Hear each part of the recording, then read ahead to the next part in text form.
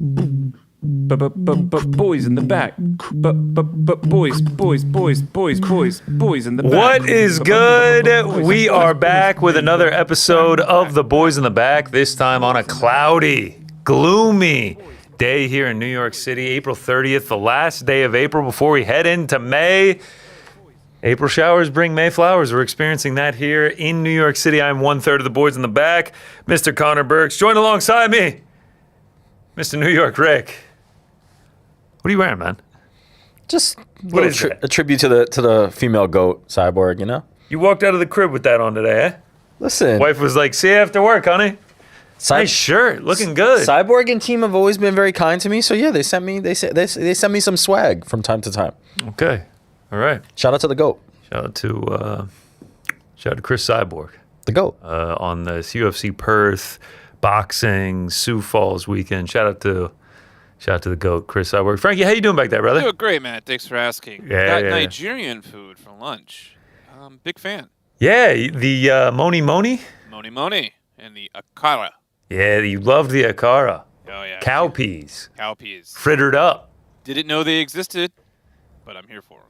Yeah, let's start the show today the same way as we have the last couple of weeks with podcast reviews, reading them out. You know, we got our own feed, Spotify, Apple Podcasts. We are careening.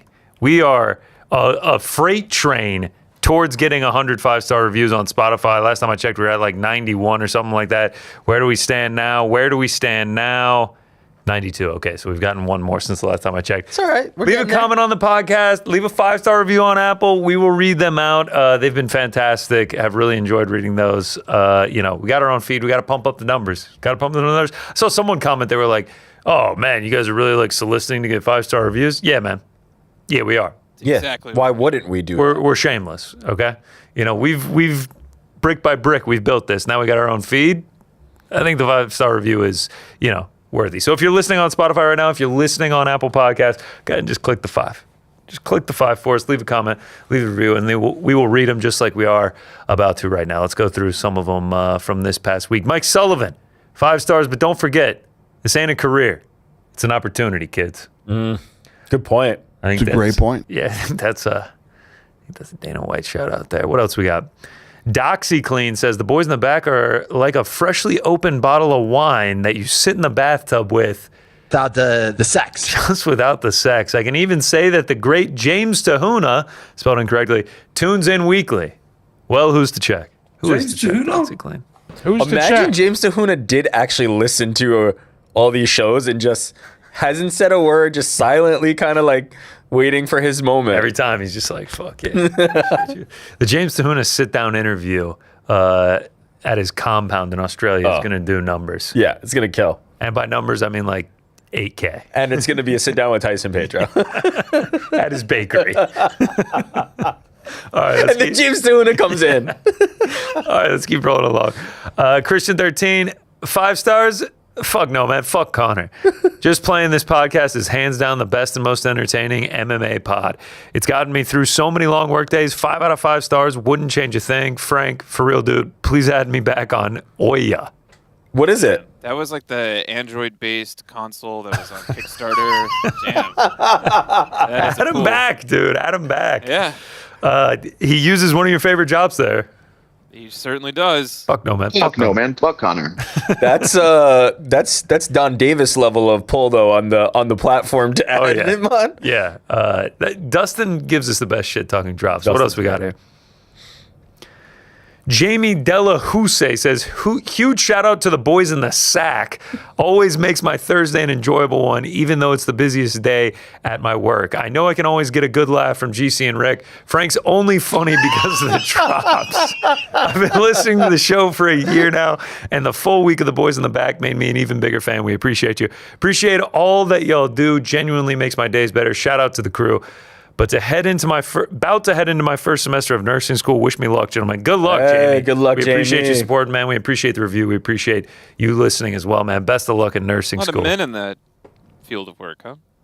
Wow, you're hating on him because he shit on you for the drop. Yeah, you don't want you got against male nurses something? It's from Meet the Parents. Come on, everyone. We just all have a laugh. MD, you know?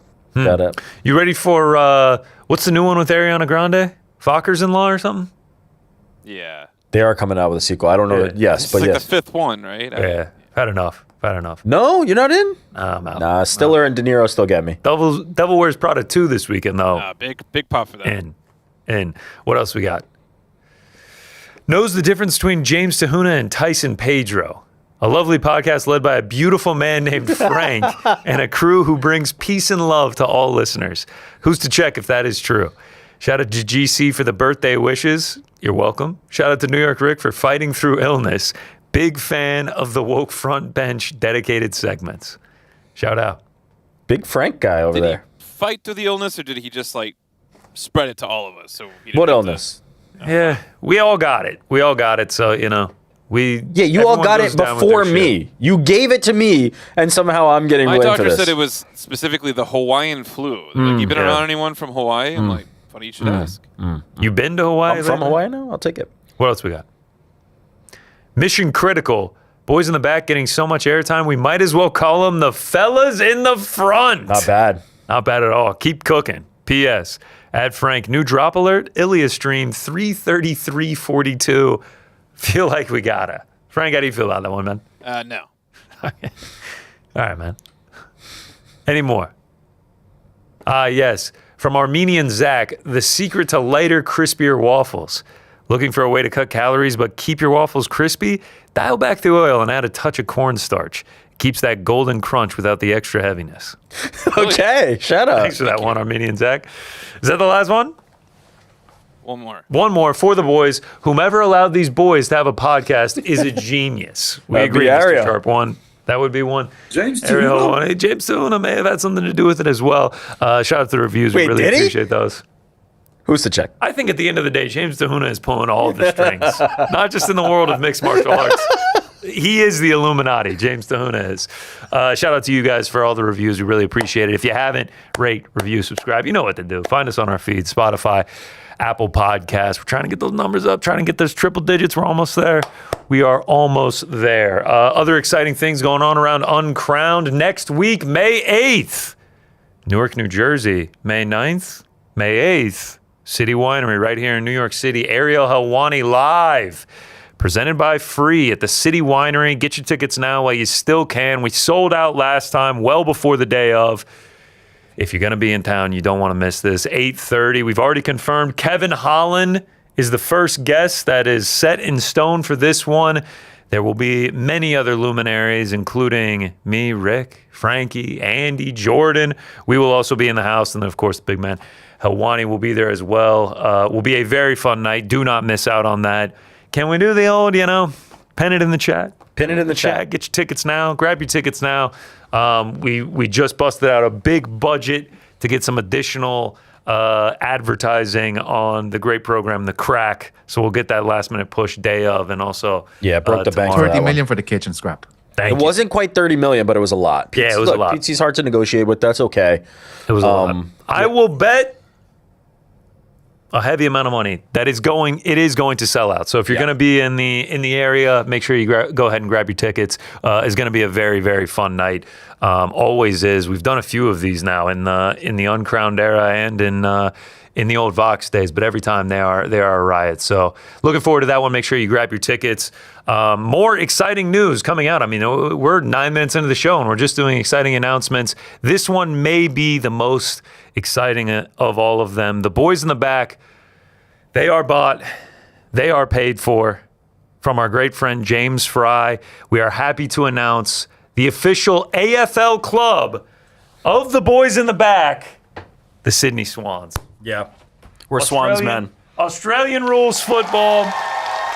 We've got a team, and it is that of the Sydney Swans. Haven't won the grand final since 2012. Look at those official jerseys. Nike, too. Holy shit, we look good. You ready to play? Yo, I mean, what's the Heisman? Look at that. Look at the golden arches. What's the Heisman in What's the AFL? stiff arm? What's the move? Let me see that ball. Sick. Red 80. Red 80 says it. I don't know if they. Is that how they pitch it? That's wow. I actually don't know the rules yet for Australian football. This thing's actually got some heft to it. Oh yeah, it's nice. It's sick. But yeah, 1 a.m. on Saturday and Sunday mornings here in the States.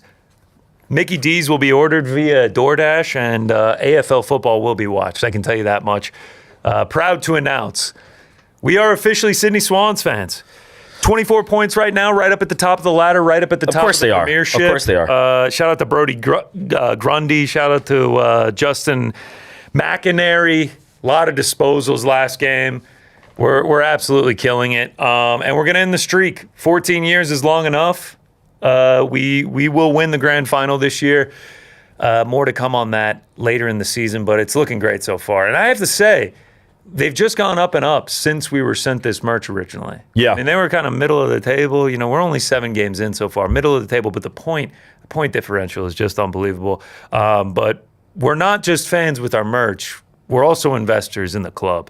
If you take a look here, 75 big ones. I've actually upped it to 100. Sydney Swans, grand final winner. Yeah, we're going to cash that. We're going to cash that. Look, this isn't the first time that we've taken bribes to cheer for an AFL club. Last time it was the Collingwood Magpies. They did horrendous that year, so we got much better hope for our Sydney Swans. Great merch. The merch is incredible. Shout out to James Fry, who DM'd Rick and was like, "Can I send you guys some Sydney Swans merch?" And we were like, "Of course." Yeah, of course you can. I mean, look at us. I mean, look. Are you kidding me? We're Sydney Swans diehards. I just want to say one thing. I was talking to a gentleman named Luke this morning, friend of the program, Long Island Luke, and he was telling me this whole history. He's going on and on. His father has a team. He has a team. He loves them. I just want to say definitively, fuck the Geelong Cats. Dude, fuck the Geelong And Cats. the Saint Kilda Saints, they can suck it too. It's Swans time. Swans are nuts. It's Swans time. Suck it, man. But yeah, for sure, nobody else in this house other than the Swans. If you're not supporting the Swans, we can't be friends. That's all I gotta say. I feel like, are we gonna get like Aussie rules football, like fans of the other teams that are gonna be coming after us now? I mean, naturally, right? The Swans are on top. I was gonna say everyone's coming after us in the ladder, so it makes jealous. sense. We're right up there at the top. I mean, the amount of disposals they had last game was just unbelievable. Tremendous. Unbelievable. Fremantle coming after us, Melbourne, Collingwood, Hawthorn has us right now, but we have a game in hand. So yeah. Real talk, if they make the grand final, we're going. We're going? Honestly, in the playoffs, we'll just start going. I got to watch a full breakdown, like explaining how everything works. But until then, we are. Get the guest room ready, James. We're coming. We're coming. Ty, James, Tyson, we're coming. The Sydney Cricket Grounds, we're selling it out. Shout out to the Sydney Swans. I feel like I just committed to a college to play a collegiate sport. The hats is the key. You have to put the hat on. We're officially Sydney Swans now. Shout out to the Sydney Swans, baby. Let's go. The red is just so fucking nice. I gotta say the unis are great. Collingwood Magpies had some good unis too, but all the teams do have some swag, but not like the Swans. Not like the Swans. Yeah. Game this year? Feel like we got them? Feel like we got them. Do they ever come to the U.S.? No. We'd have to go. I mean, it's Aussie rules football for a reason. No, I know, but sometimes we get friendlies between some of the international soccer clubs and things that come. You know, you do an exhibition. There's a massive cricket match here. India versus Pakistan at some point. Maybe there's a friendly or something. I don't know. Yeah, I hope they do, but if they don't, maybe not this year. Maybe after we win the championship this year, then we go out and do it. Exactly. All right, enough about AFL. Let's get into the combat sports space. Some news and notes from around the world of combat sports. MVP, the card is just about 10 days away, 9 days away, May 16th. 2.5 weeks, 17 days, 16, I don't know. It's coming up. It's about 2 weeks away in Los Angeles, and Netflix dropped a promo for the fight card. Ronda Rousey, Gina Carano, Nate Diaz, Mike Perry, Francis Ngannou, Felipe Lenz. Now, do we believe that this is actually them in the promo? Oh, yeah. Not AI.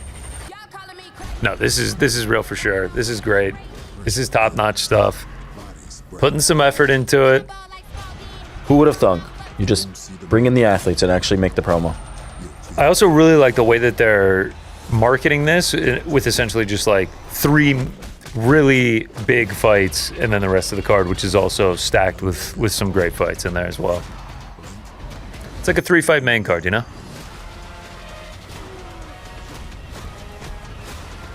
If you are not familiar with these fighters, I think what they're trying to convey though is just this like energy, right? Like this kind of like thing that I think some of the promos miss sometimes is like, just get me hype, you know? Just get me excited about the energy. Yeah, that slate with like all three of them at the end there and like the music playing and everything was sound. It was quality. Yeah, good stuff. Yeah, it's good stuff from MVP. Let's go back over to the UFC. Islam Makhachev in an interview talking about why the Ilya Topuria fight fell through. There was back and forth on Twitter. I'm injured. This happened, that happened, blah, blah, blah.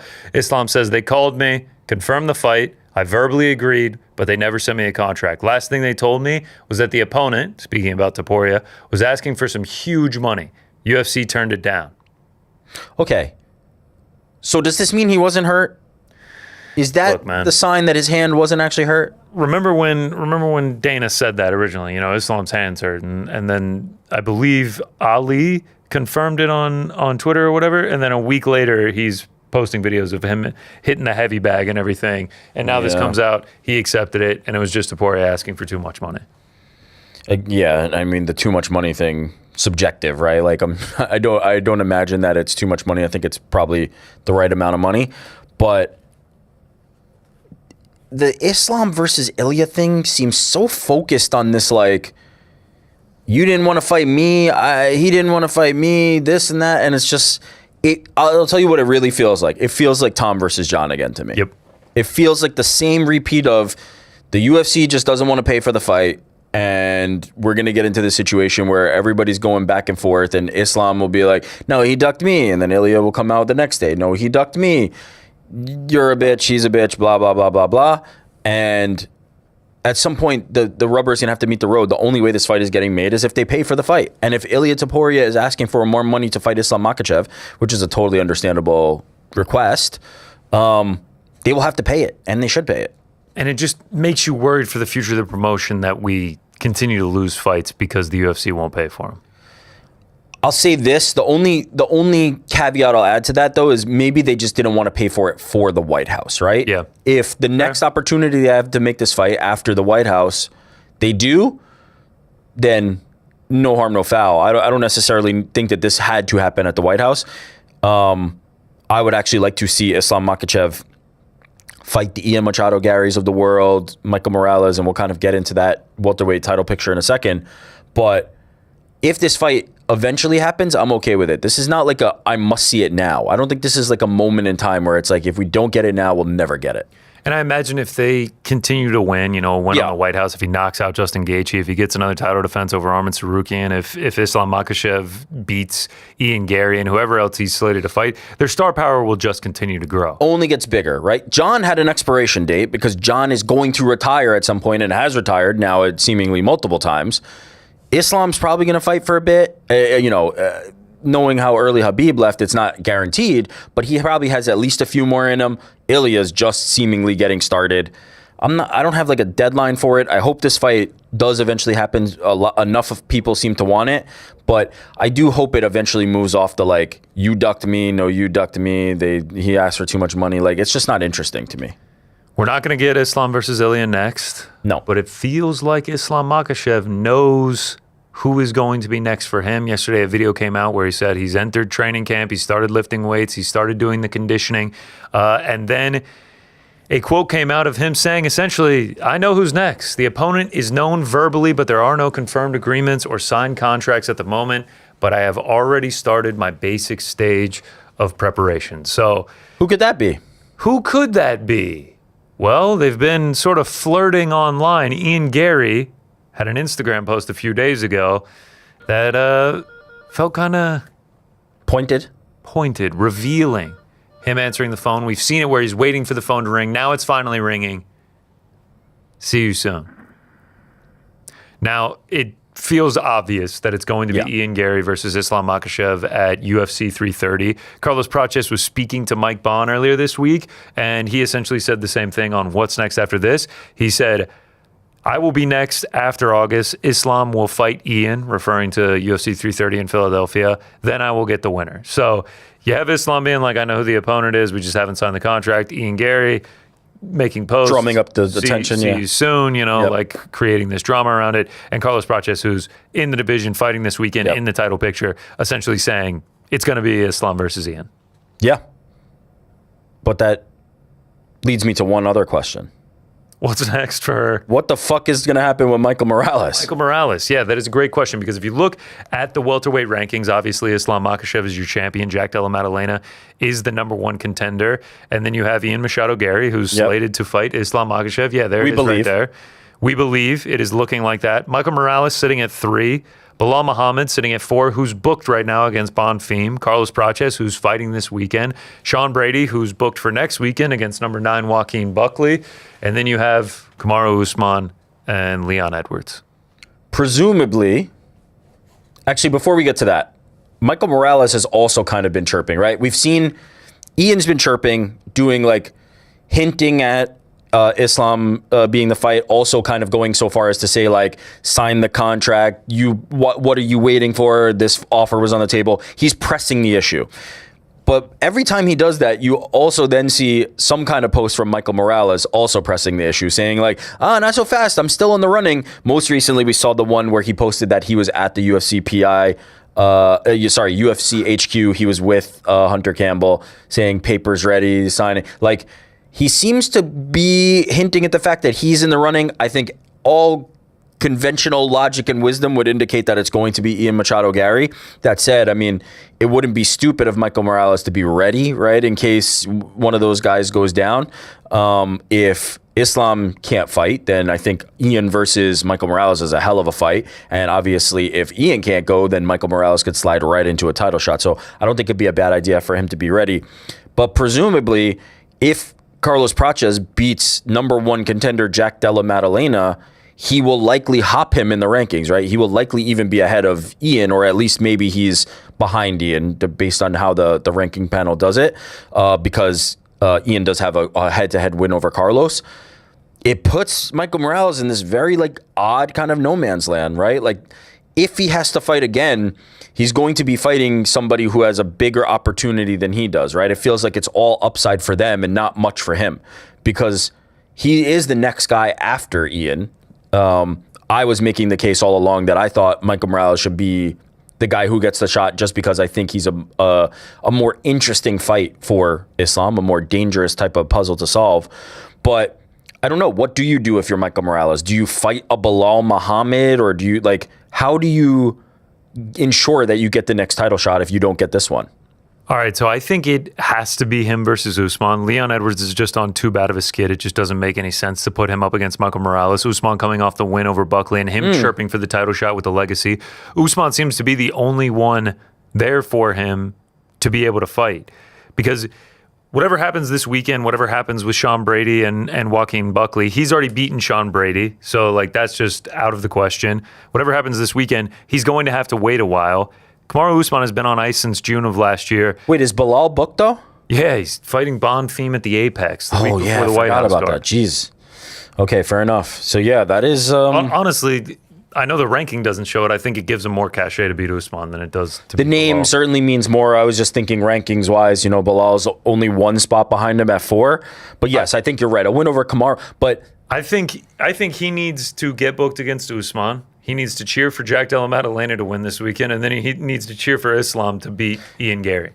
because if Carlos wins, you're saying he would be further ahead than Michael Morales. I think with the star power that Carlos Prates has, if he wins in emphatic fashion, which you have to imagine if he is going to win, he's knocked out all his UFC opponents. If he's able to do that to Jack Della Maddalena this weekend, he will be the number 1 contender. I think he will be what he said he's going to do to Mike Bond. I'm going to win this weekend and then wait for the winner in August. I think that's exactly how it'll go. Yeah, and if you look at Carlos's recent run, the win over Leon Edwards and a win over Jack Della, if he's able to get it, that's 2 former welterweight champions, right? There's some significant names in there. Whereas Michael Morales, the best win's going to be Sean Brady, which I think is a very impressive win, especially considering how he did it. But it doesn't quite have the pop that Carlos's resume does. The thing working against Carlos, obviously, is that head-to-head loss against Ian Gary, right? He has a direct loss to somebody who's kind of in his way or might even potentially be champion, depending on how the fight with Islam Makhachev goes. it's a odd spot for Michael Morales because there's if you beat Kamaru Usman, there's a world where you're still not next, right? Even if you beat Kamaru Usman, there's a world where Carlos Prates is still jumping you, and now you have to wait even longer. I wonder if it doesn't make more sense to try to get Carlos, to hope that the UFC is not trying to immediately fast track him into a title shot, and just maybe you can knock him off, right? Because he would be the one in your way. Maybe you can do the thing where you say, let's do this fight and see who the real number one contender is, and then you hope that the winner gets to fight Islam. Because it's not like Islam fights that frequently. There's a chance where, all right, let's say Islam wins in, August? Yeah. Do we see Islam until 2027? There's no guarantee that maybe MSG, if they can squeeze that in. Maybe, but that's going to be 3 short months later. Yeah. I can't imagine we'll see him there. So maybe your best bet if you're Michael Morales is to try to get that Carlos fight. Hope that Carlos can win, and then maybe you try to get that one. But otherwise, he may end up having to fight like a Kamaru Usman. Man, I think if he wins this weekend, he'll be 7-1 in the UFC with his only loss. You're talking about Carlos, Yeah, with his only loss to Ian Gary, who would have just challenged for the title. I just can't imagine him being like, yeah, sure, let me take this fight against this absolute killer in Mike Morales. It feels like he'll be at the front of the line if he wins. Now, if JDM wins, what do you do? Then Michael Morales feels like the next in line, right? Do you wait then if you're Michael Morales? He's in a weird spot. No, because I feel like he has to do one more. It felt like we had all these guys and it kind of sorted itself out. And then it felt like it was a 2-man race between Ian and Michael. With Ian winning that race, presumably, right? We assume that Islam versus Ian is the next fight to make. Michael's really kind of left in the cold. It has put him in an odd spot. You could a win over Kamaru Usman is a really, really nice name to have on the resume regardless, right?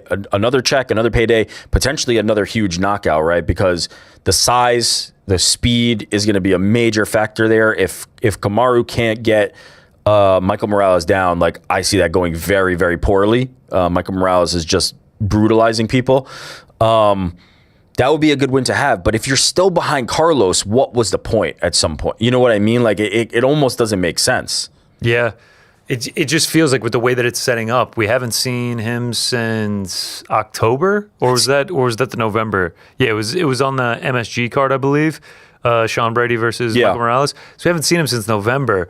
By the time Islam fights, it'll have been 9 months since Michael Morales last fought. Yeah.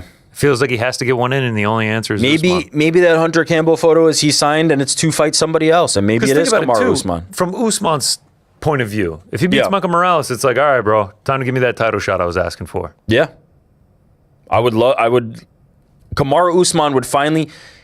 It felt very odd when the Ali, Usman, friends of Usman and Ali started doing the Kamaru Usman should get a title shot against Islam Makhachev. Islam Makhachev also in that group saying that. A win over Michael Morales gives that a lot more legitimacy, gives that a lot more credence, makes me actually go, maybe, I'm not super opposed to it. It would be massive for the division because Kamaru Usman is one of the bigger names that's still kind of around there. Leon has now obviously had a precipitous fall. He is not in that territory anymore. That task feels very tough, though. That task feels nearly impossible. I just don't think the 2026 version of Kamaru Usman can do it. But if he could, I'm all for the idea of Kamaru Usman staking a claim for being somewhere in that line. You know what shakes this all up? What? If it is Ian Gary versus Islam Makhachev, Ian Gary getting his hand raised.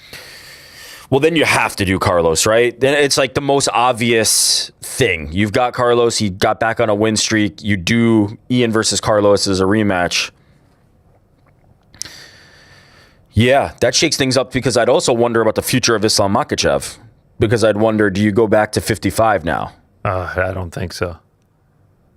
Things are too nice not having to cut that weight, probably. Yeah, it's just you see guys like Alex Pereira, once they leave 185, it's like, bro, I'm never going back there. Yeah, but Alex Pereira left 185 and had immediate success. If you stumble, what do you do? But think about it. He stumbled against Magomed Ankalaev and was like, time for me to get the belt back. Yeah, kind of. The injuries. I think he knew he could win that fight. Yeah. That feels a little bit different. If Ian Machado Gary just goes out there and beats Islam Makhachev, and it's not like us like you're talking about Magomed and Alex, where it was a bit of a bizarre performance. If he just beats him, you don't think Islam would think about going? I'll put it this way: what's the biggest fight for Islam Makhachev? Yeah, Ilia Topuria. Ilia Topuria. Maybe.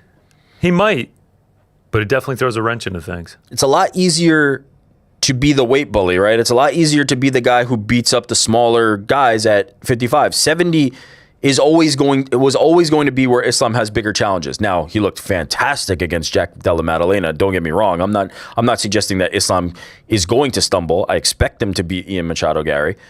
But if he were to stumble, I don't know, man. 55 could start to look a little bit better for me if I was Islam. Well, we're just going to have to wait and see. It's looking like it's going to be Ian Gary versus Islam Makhachev for the title at UFC 330 in Philadelphia. Nothing confirmed, nothing, signed, sealed, and delivered. But that is what all signs are pointing to. That Michael Morales got to fight with somebody. Give him something. I think it's going to be Usman. That if I had to guess on it. But we got to get to this weekend first. Jack Della Maddalena, Carlos Prates, main event of UFC Perth. Massive stakes on the line. Both guys trying to remain in the title picture, and it's just a brilliant, brilliant fight. I mean, it's a brilliant fight on a brilliant weekend of fighting. You got UFC Perth. Yep. Starts at 4 a.m. Eastern. Main card starts at 7 a.m. Eastern. JDM Prates walking probably between 9 and 9:30 Eastern. Then over in Japan, you got Inoue Nakatani. Main card starts around 5:45 a.m. Eastern. Approximate ring walk for the main event, 8 a.m. Eastern. So you got your morning sorted. By 10 o'clock, you've already watched. You finish your coffee, it's already. You've already watched 15 fights. Benavidez Zurdo starts at 5:30 p.m. Eastern. 8 p.m. main card start. Approximate ring walk for the main event, 11 p.m. Eastern. That one's going to go later into the evening. You might be dozing off before. Oh shit, Zurdo Benavidez. You knock out the morning. Nap. Get a nap. Yep. Go do some errands. You come back and you got a great fight. Got a great fight with Benavidez and Zurdo. And then you also got PFL Sioux Falls kicking off at 7 o'clock. There you go. A great day of fighting. Packed day. A great day of fighting. Let's start with Perth, though. Yeah. You mentioned it, JDM versus Carlos Prates main event. We actually, because of the wonky time difference over there in Perth, the furthest city from New York City, little known fact, we got the face-off video already. We got JDM and Carlos Prates facing off. Oh, boy. Sick little sunnies there from JDM. The fire on the side, I don't mind it. Guy Fieri style. Man, they look locked in. Did Carlos always have that head tattoo pronounced? I'm not going to lie, I can't remember. It's possible it was covered by hair, but I don't remember it always being like that.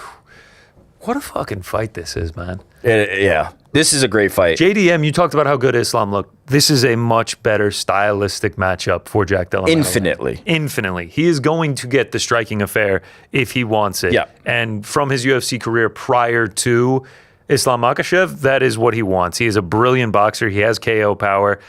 Himself, he hasn't been KO'd since 2016, which could come in handy against a guy like Carlos Prates. A couple stats here for you.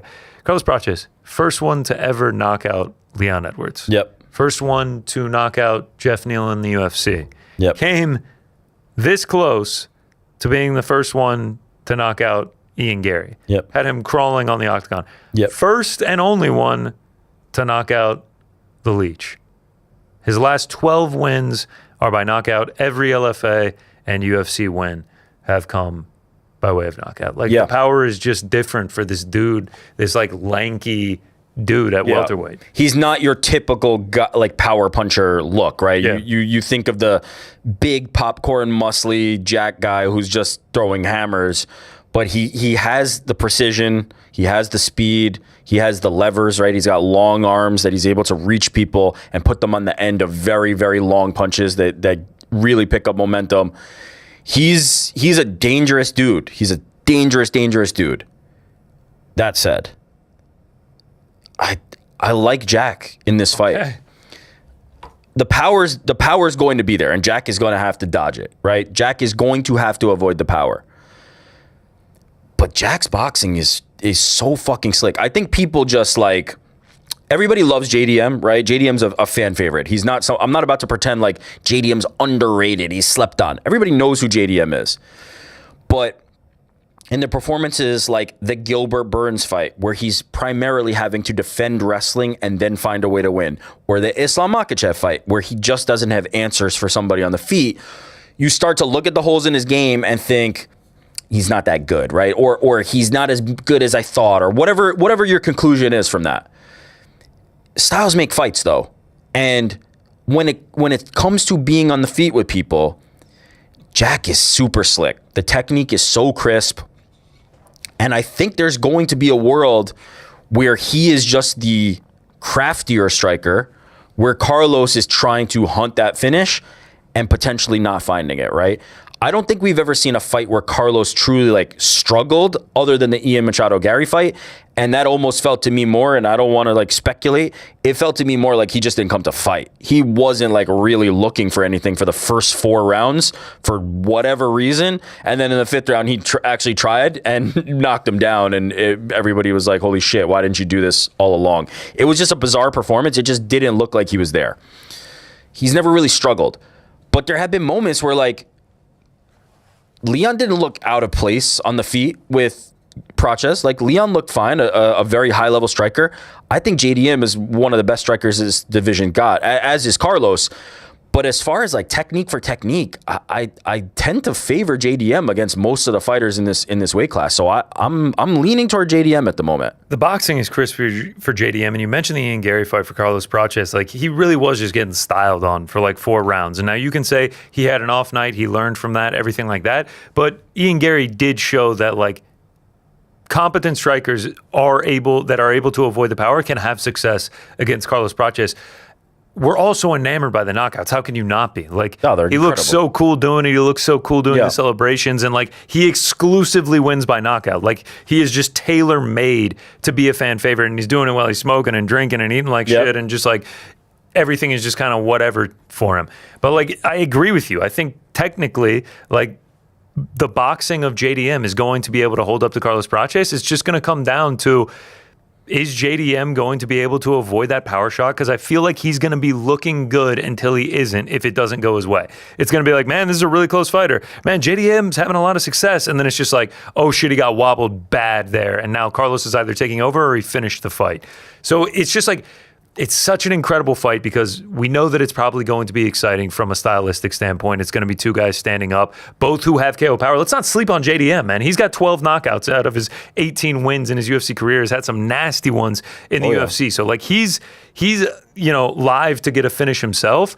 So it's just like, is the volume, is the pressure of JDM, is the technicality of JDM going to shine over Carlos Praches, like finding that kill shot eventually? I just don't really know the answer. I think the line on this is accurate. Like it's just like sort of flip a coin. And it's just like, we'll see what happens over the course of the 25 minutes. Yeah, and I think this is one of those, I was kind of like dancing around it, but I think more to the point, if the roles were reversed, right, and Carlos had been the one who fought like a Gilbert Burns and an Islam Makhachev, would like the stock wouldn't be as high as it is now, right? He's going in there against other guys and lighting them up. But Leon Edwards is on the back end of this, right? Like Jeff Neal is on the back end of this.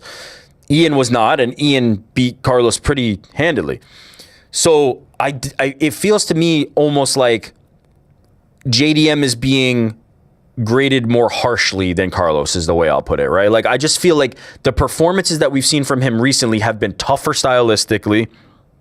And just Islam, he didn't get to show his game as much, right? In the Bilal Muhammad fight, Bilal struck with him, and this would potentially be a demerit for JDM. Bilal mostly struck with him and was holding his own, right? Now, eventually, Jack kind of took over there, like by the end of the fight. Bilal needed to get takedowns, otherwise he was going to lose that fight, and he wasn't able to really secure that, so JDM went on to win. But we've seen both of these guys have people stand with them and be successful. It's not this like, if you stand with me, you're going to lose in the way that like Alex Pereira is, right? If you stand with Alex Pereira, you lose. That's how that goes. These guys are fantastic strikers, but there's going to be in-between spaces where they're both doing well, or there's going to be moments that JDM is doing better than Carlos and Carlos is doing better than JDM. The power is a great equalizer, or even like maybe the different, like the factor that's going to be the difference here, because JDM has knockouts. Carlos has like snot bubble knockouts, right? He has like, go to sleep, you're not waking up, like. To your point, man, like think about it. Like we're coming off of a performance for JDM where he was dominated for a full 25 minutes. He had no answers for one of the best grapplers in all of MMA. Like that's just the best fighter in all of MMA. Yeah, one of the best fighters in all of MMA, pound for pound, number one. Like yeah, dude, like, of course that happened to him. Whereas Carlos Prates is coming off of 2 KO of the year contenders against Jeff Neal and Leon Edwards, the spinning back elbow, and then like to put Leon Edwards out like that, like he had never been knocked out before that. Yeah, like recency bias plays in your head. Yeah, it's gonna be like, dude, Carlos Prates fucking starches everyone, and JDM just got dominated. I think JDM is completely in this fight. I can't pick a winner. I really just don't know. It's just like, it's kind of like last week. I'm sort of just like back and forth. Like, last week ultimately ended up not being close, and that might happen again this week. Maybe JDM styles on him, or maybe Carlos Prates knocks him out, starches him, which would be just like, holy fuck, no one can stop this guy. Like, that's why I love this fight so much. I don't know what's going to happen. I think it lends to being an incredibly fun fight. There's massive stakes at hand, and it's 2 of like the rising stars in the UFC. Like JDM as, former welterweight king, and he's starting to gain momentum with fans, and then Carlos Prates with the whole everything about him, the personality, the knockouts, the SIGs, everything. Like, he is a rising star in his own right. That's why it's just such a fantastic fight. It's really fun. It just like last week, I love this fight. I can't wait for this fight. And just like last week, I lean ever so slightly toward the more veteran guy in JDM. I just think that technique for technique, I like what JDM does a little bit better. What a fucking way to start the morning. That's What great. a way to start the morning, boys. You're literally going to go from Naoya Inoue versus Junto Nakatani, like 2 of the best boxers in the world right now. Potentially the number 1 pound for pound, depending on where you have them. Undisputed. These guys fight at 122, and they have a combined like 51 knockouts. And then just like, now we get to watch Carlos Prates versus JDM, and it's barely even 9 a.m. here in the States. It's going to be great. It doesn't get any better than that. Let's go to the co-main event. Beneil Dariush taking on Quillen Salkield. And a couple people have noticed in some of the promos and some of the social posts from Beneil, the eyes looking a little wonky. He sat down with our boy Dennis over at Submission Radio and sort of explained what's going on there. What's going on with your eye? Was that a training thing that happened? Yeah. So, man, and it keeps happening. So it happened, I think it was Saturday. I don't know if it was a bumped head or like I got hit in the eye, side of the eye, and I've been like kind of stressing out about it. And then last night I'm training and I get a fingernail right here to the side of it, and then it swelled up. So it's just like, they're like minor things, not a big deal, but it is what it is. You just it freaking keeps happening. Not a great thing to have when you have lost your last 5 losses are by way of knockout. In 3 of your last 4, you have been knocked out bad, and in the one you won, you got dropped badly by Renato Moicano, and you're going against the dude who had arguably the knockout of the year last year and has crispy. Talk about snot bubbles, like fuck. That actually, like, if you're making a tier system, there's snot bubbles and then there's like scary. Yes. And like we saw that and we were like, that's is he dead territory. Is Nasrat all right? Yeah. Yeah, man. I mean, it's just like, this is just sort of a fight where, like, I don't want to say like Beneil Dariush is getting into that sort of like Michael Johnson territory where it's just like, man, he's looking good, and now he's KO'd. I wouldn't go there because I don't think he looked that good lately. Like, Michael Johnson looks like he's in these fights until he's not. Yeah. I don't think Beneil's been in the fights the last couple times. I guess the BSD one took no time at all, and then like he had to dog it out against Moicano, who like admittedly since the fight has been like, I don't know what the fuck I was doing. He was embarrassed that it went like that, and neither of those guys looked good in that fight. Like, it was not me going, wow, Beneil Dariush really like summoned it and pulled it out against Moicano. They both looked horrible, and Moicano has admitted it as much, and now he has bounced back and looked like $1 million. This is a bad fight for Beneil Dariush. Just a really bad fight against one of the rising prospects in MMA, a guy who has the capability to put people to sleep. If Beneil Dariush is not diving at his legs and trying to get him to the ground, where he will probably have an advantage, and even that I'm not 100% sure of at this point in his career, it will be a mistake. I have a feeling there's going to be enough time on the feet that Quillen is just going to do what he's able to do. I was going to say, man, Quillen's kind of slick on the ground too. No, he is. He's so much younger. Dariush is underrated there. Yeah, of course. The problem is he hasn't gone to that in a long time, right? That's not, we see this with so many guys. Even, Moicano himself, he's a great example of that. Like, we see these guys who are fantastic on the ground, and by the midpoint of their career, they just don't do that anymore. It's a lot easier to just stand and strike with guys, and especially if you start to find success there, right? Beneil had that incredible spinning back fist against Drakkar Klose that, like, everybody was like, that was actual knockout of the year, like, no doubt about it. And you fall in love with the hands, and you just become that guy, and you go away from the grappling. It's hell on your knees, it's hell on your body. It's a lot easier to just stand and strike. And so you see, as these guys go on in their careers, they typically don't become the guys who just keep spamming the double legs, right? He needs to, though, to have any kind of advantage. He is very good on the ground. As you said, Quillen's no slouch there either. But on the feet, the gap is like this on the feet, and the gap on the ground might be like this, or it might even have an advantage. You have to at least try that. If he stands for an extended period of time, this is going to go very poorly.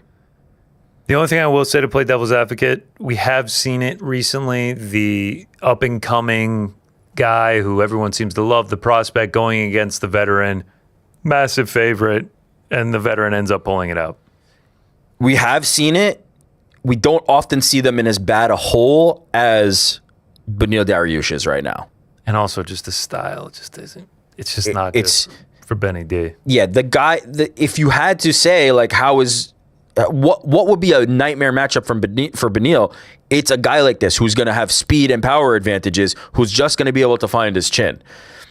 A guy who might grapple with him or mix it up or make it dirty like a Moicano, that's going to be a better stylistic fight. But a guy who can just stand on the end, or stand on the outside rather, and piston punches at his face, that's tailor-made for a loss here. Look, I'm discounting Beneil in a major way. Maybe he turns back the clock. Maybe we do see that performance, right? The veteran that, like, is able to get it one more time.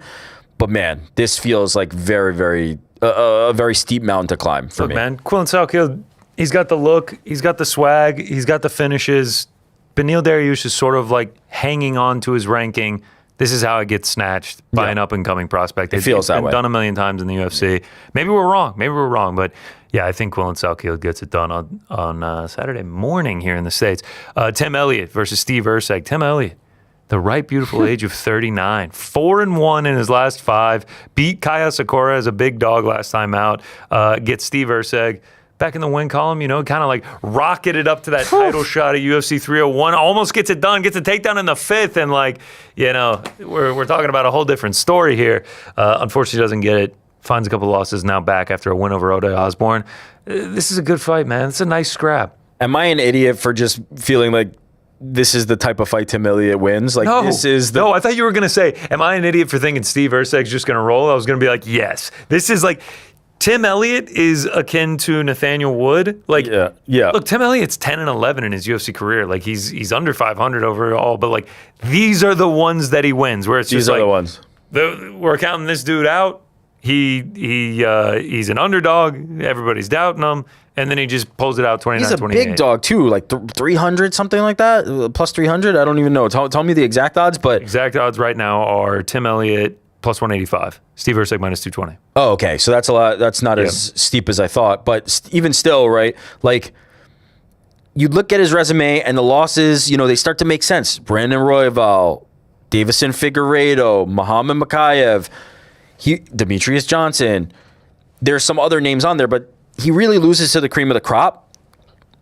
And he sometimes just finds a way to beat the other guys that are not quite cream of the crop, but like close enough to the top that you thought maybe they could be a guy. Erceg, I think Erceg is not as bad as his losses, right? I don't think Erceg is as bad as that 3-fight skid to Pantoja, Kai Kara France, and Brandon Moreno, but I don't know that he's as good as the performance against Pantoja either, if that makes sense. Like, I don't think he's as good as that performance made everybody think he is, but I don't know if he's as bad as the skid itself. He's somewhere in between there. Tim Elliott is the guy who can usually play spoiler for that. Yeah, so I'm interested in this fight. I think Tim's ability to go between phases and just never really get pinned down in a position, right? He makes fights so weird. He just has this way of making fights so bizarre. You can never really like engage him in the realm that you really want to engage him. He's going to be throwing weird punches and kicks. He's going to be absorbing your best shots and like laughing about it. Then he's going to do some weird movement, get into some kind of scramble, snatch something up, threaten a submission, break it off, get back to the feet, clinch against the cage. He just is this like wild man of MMA. And for a guy who's really like primarily like just kind of a meat and potatoes type striker like Steve Erceg, he's a very good striker, has power. I think it's going to be a tougher fight for Steve Erceg. So I don't know if I'm necessarily picking Tim Elliott outright, but I could see a world where it's very frustrating and Elliott finds a way to win. Yeah, it's going to be a great one. I kind of feel the same way as you. Elliott is live for an upset, no doubt in this one. Let's roll along. Marwan Rahiki. Every time I see it, I don't know why. I don't know if it's like an anagram where it's like the letters are mixed up? What is that called? Like every time I see his name, I want to say Makwan Amirkhani. But Marwan Rahiki taking on Ali Schmid, who is making his UFC debut on very, very short notice. The Hungarian Stallion has never beat an opponent with a record above 500, 4-2. Yeah, I'm not about to pretend I know the first thing about Ali Schmid. Marwan minus 600. So feels rightfully so. That makes sense. My biggest question when it comes to this, why is it on the main card? Yeah, I don't know. UFC.com, Wait, who was the original fight? Supposed to be Jack Jenkins. I mean, that's probably why, right? Jack is somebody who has some notoriety. We can reorder the card. Nah, just roll with it. All right. Marwan gets the spot. Ali Schmid. Good luck to you, brother. Yeah. Hey, but this is that moment. This is the time where it's Basil Hafez coming in against Jack Della, just shocking the world. Why am I thinking Evan Elder? Who's the dude that beat Ethan Ewing? Yeah, Ethan Ewing, another double E there against Malcolm Wellmaker, a guy that gets doubted and then he pulls it off, and then like you're a mainstay. Ethan Ewing now has another win in the UFC. That is the one benefit of the I don't know anything about this guy is neither does his opponent. There's not a lot of tape, and it's just like. Sure, he could be fucking great and just have had some bad matchups because he is 4-2. It's not like he's an undefeated prospect, but more often than not, this is a win. Shout out to Marwan, nicknamed Freaky. I like Freaky. Freaky's a good nickname. Another good nickname, the Balkan Bear, Brando Pericic, City Kickboxing's next product, trying to start 3-0 in the UFC, taking on the GOAT, Shamil Gotsiev. No easy task here for Brando Pericic. Will he take the inspiration of his teammate Carlos Ulberg to victory here? It's hard for me to go against Gotsiev, you know? Just you get it in your head that you're on the train with the GOAT and he gets KO'd by Salsa Boy. Nah, you know though, like that one has aged better. Yeah. Salsa Boy's been KOing everybody. Gotsiev KO'd by the GOAT. Waldo Cortez Acosta.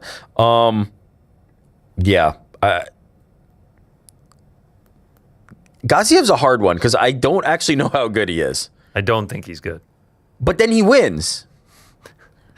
I didn't think he was good either, but then he started winning. Against Thomas Peterson and Dontel Mays. I know, but I thought he was not even that good. And then he wins. And how good is Brando Pericic? We have no idea. Was any heavyweight good? Is it? Yeah, that's a Honestly, fantastic. No, we just did a fucking thing about how heavyweight's bad. He gave Martin Budai his only UFC loss. So again, I ask, like, is he good? No. I think he might be good. We don't know. Man, this is a great heavyweight card, man. You got a couple heavyweight bouts on this bad boy. Tai Tuivasa. This is it, man. This is it. No, this is not it. This is the beginning of the rebirth. I know. I'm saying. Oh, this is the one that he turns it around. This is either the beginning or this is the end. No, there is no the end. This is the beginning. Tai Tuivasa versus Louis Sutherland. Short notice, Louis Sutherland, 0-2 in the UFC. Tai, you have to win. He will win. You have to win. He will win. You win. I mean, you lose. I will start the chance for him to be cut. I can't get 7 straight losses. If we're losing to Louis Sutherland, we're out, dude. It's over. No, then it's like BKFC or something, maybe. Just not the UFC though. Not the UFC. I'm not saying he's being cut from the sport entirely. I'm saying he's cut from the premier organization. Putting it out there, good vibes in the air. Shout out to our boy Ty. Oh, don't get it twisted. We will be supporting. I will have a shoe and a Cooper's Pale Ale ready to roll on Saturday morning. Yeah, it is my main event. Come on, Ty. We got to do it. This is the one. Ty is better than Louis Sutherland. Yeah. I am saying that now. He almost got Taliesin Teixeira out of there at the end. Did he? Yes. So tired. They were both so tired. Created the meme, the both of their hands on the hips. He is better than Louis Sutherland. Yep, I like that. Better than Louis Sutherland. I like that. He will win. Tai Tuivasa, dub coming, winning streak begins, losing streak over, run to the title begins on Saturday. Oh, he's back. No, he will win this fight, though. He will win this fight. I need it. I need a Tai Tuivasa dub on Saturday morning. I need it like I need air. Come on, Tai. Shoes up if he gets it done. Yeah. Foster's in hand. Foster's, Cooper's. Because we can't find whatever the you want to VB do. long necks. Yeah, there's no VB long necks here. Please stop telling me to go get them. I can't get them. You're actually teasing me. You're patronizing me by being like, go get the VB long neck. Can't get it shipped here. Can't do any of that. But yeah, I'm not kidding. Shoey's on the couch. If At like fucking 6 a.m. in the morning, huh? You're just going to be... this is main card, so it'll be like right at 7 a.m. Nice. Yeah. I wonder if Old Mates, that pub that all the Aussies always It tell us will be to go open to? for this? I'm looking it up. Yeah. Old Mates. James did keep saying that we should go there. Website, their upcoming events, Sunday Roast, Trivia Tuesdays, They don't get that Paramount Plus login, huh? sporting events, Hawks versus Knicks tonight, Bombers versus Lions in the AFL tomorrow morning or tomorrow night. No mention of fucking UFC Perth. Are you kidding me? I mean, they show everything. They got Mexico versus the Socceroos. They seem to have everything here. They got the Wallabies playing. No UFC Perth, man. The disrespect. Yeah, so I guess it'll just be from the couch. Yeah, I got to get a couple of those Cooper's loggers. I got to find some of those. We got to do it for Ty. Losing streak over. I'm not even sweating it. He will get it done. He will get it done. I love it. Cam Rouston on the prelims taking on Robert Zajcek. It's a tough one to pronounce. Brycek? Either way, I'm taking the Aussie in this one. Yeah. Who's the check? Rouston is a guy I think is actually quite good. So, yes. Undefeated so far in his UFC career.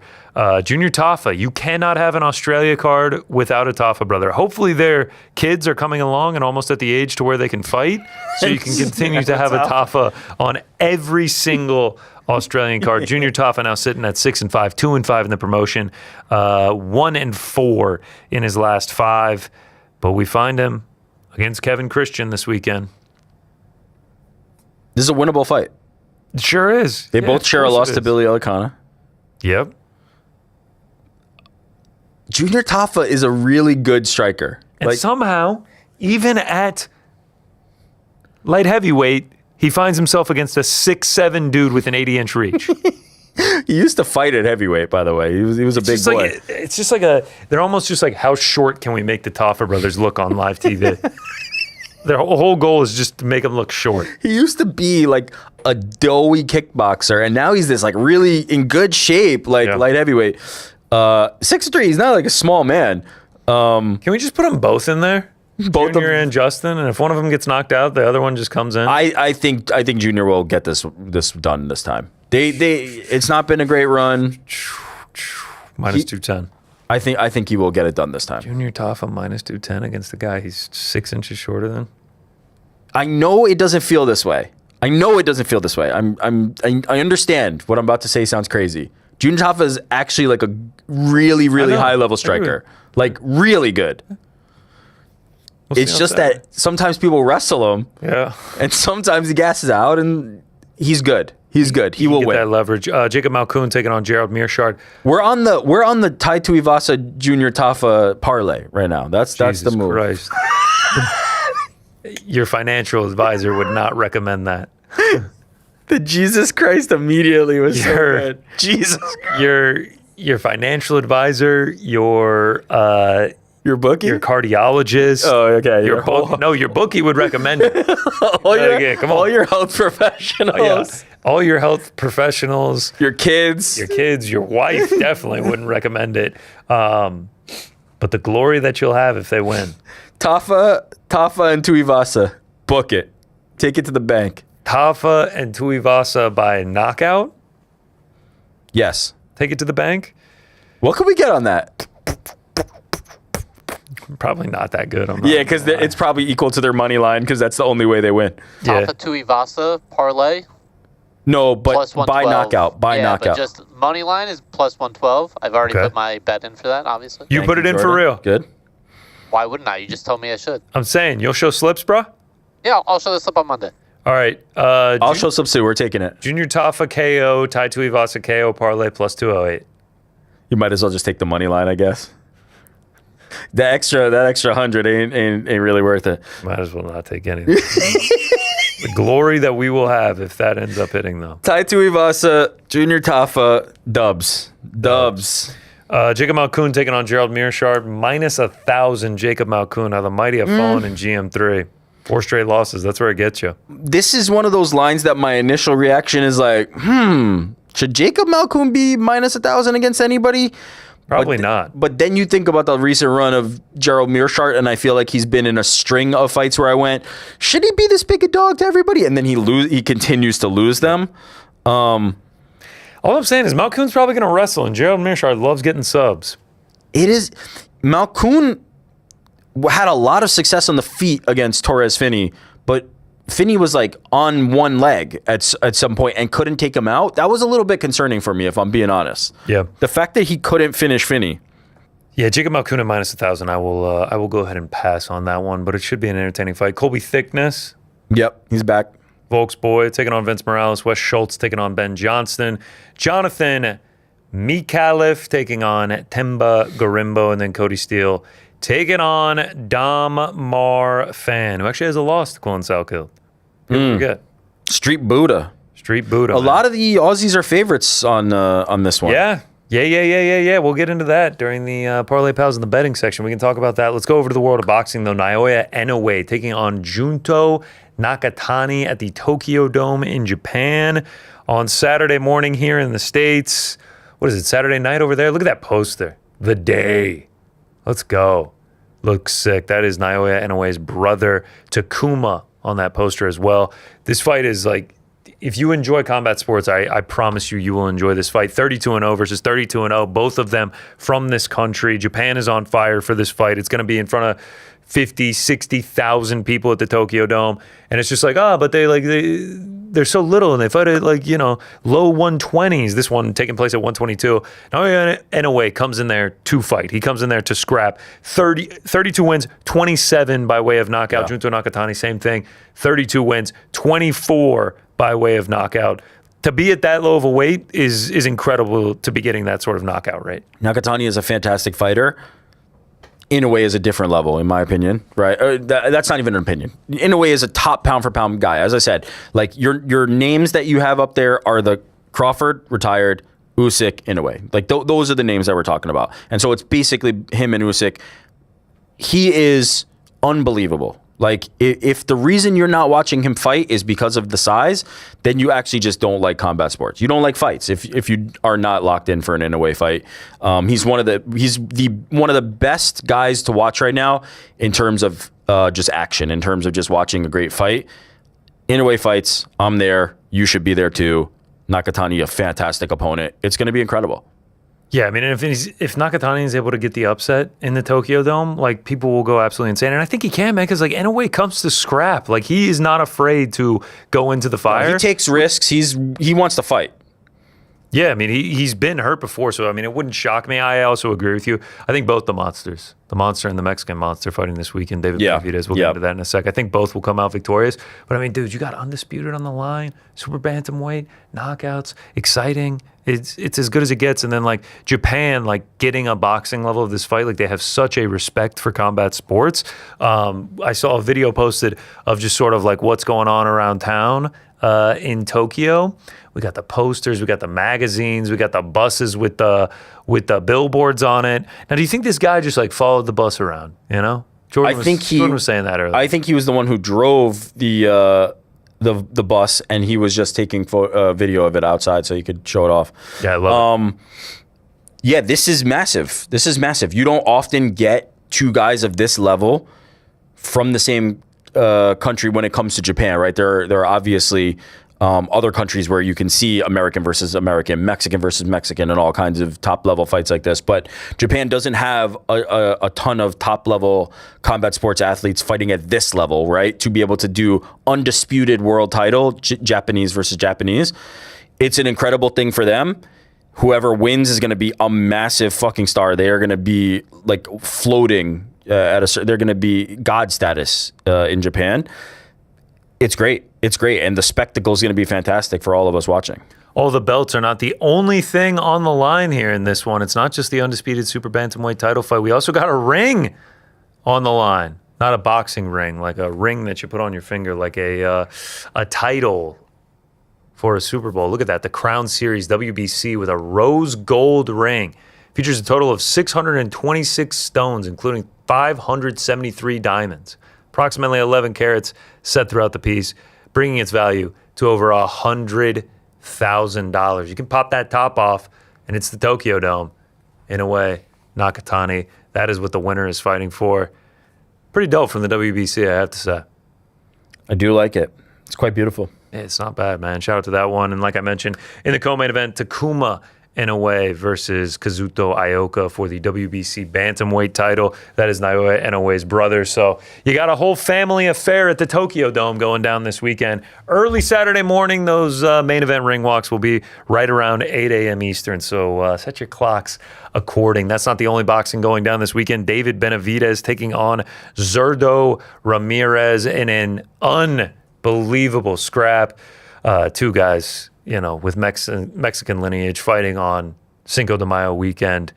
Undefeated Benavidez. Zurdo has one loss in his entire career. Still a stud at 34 years old. Fantastic fight, man. It's as good as it gets.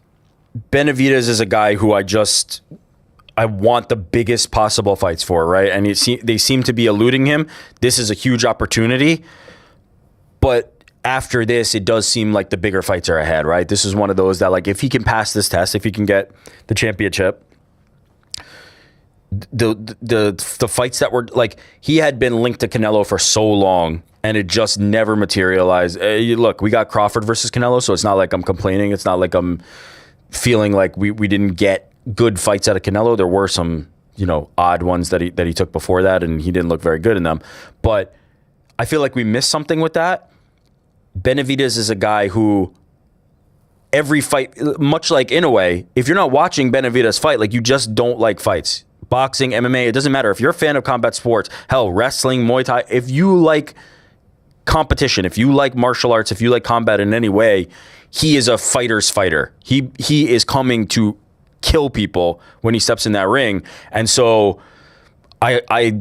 he's one of the guys that I love to watch. He's one of the guys that I think is one of the best boxers on the planet. And so if he can clear this test, the fights that are ahead for him are just going to be thrilling. And I can't wait to see what he does. He's one of these guys that just, like, I want to see his potential. I can't wait to see what he can do in this sport. Yeah, I mean, this one taking place at cruiserweight. We've seen him at light heavyweight. He's kind of moving around. Like, just if he's able to get some belts here, WBO and WBC, I believe, are on the line. WBA and WBO are on the line this weekend. If he's able to get a couple cruiserweight titles, like, that just opens up even more fights for him to potentially have down the line. And a guy who still remains undefeated, only 29 years old, only continuing to get better. Love it. Love it. It's a great day of boxing. So nasty. He's so nasty. He's replaced, like, Terrence was my guy for so long. I love Terrence Crawford. Now he's out of the sport, and he wasn't even fighting that frequently to begin with, on the last couple years. This is my new guy. Like, this is the guy that I must watch. If he's fighting, I'm there. He's so nasty. He just wants to hurt you. It's just, like, so vicious and violent. So vicious.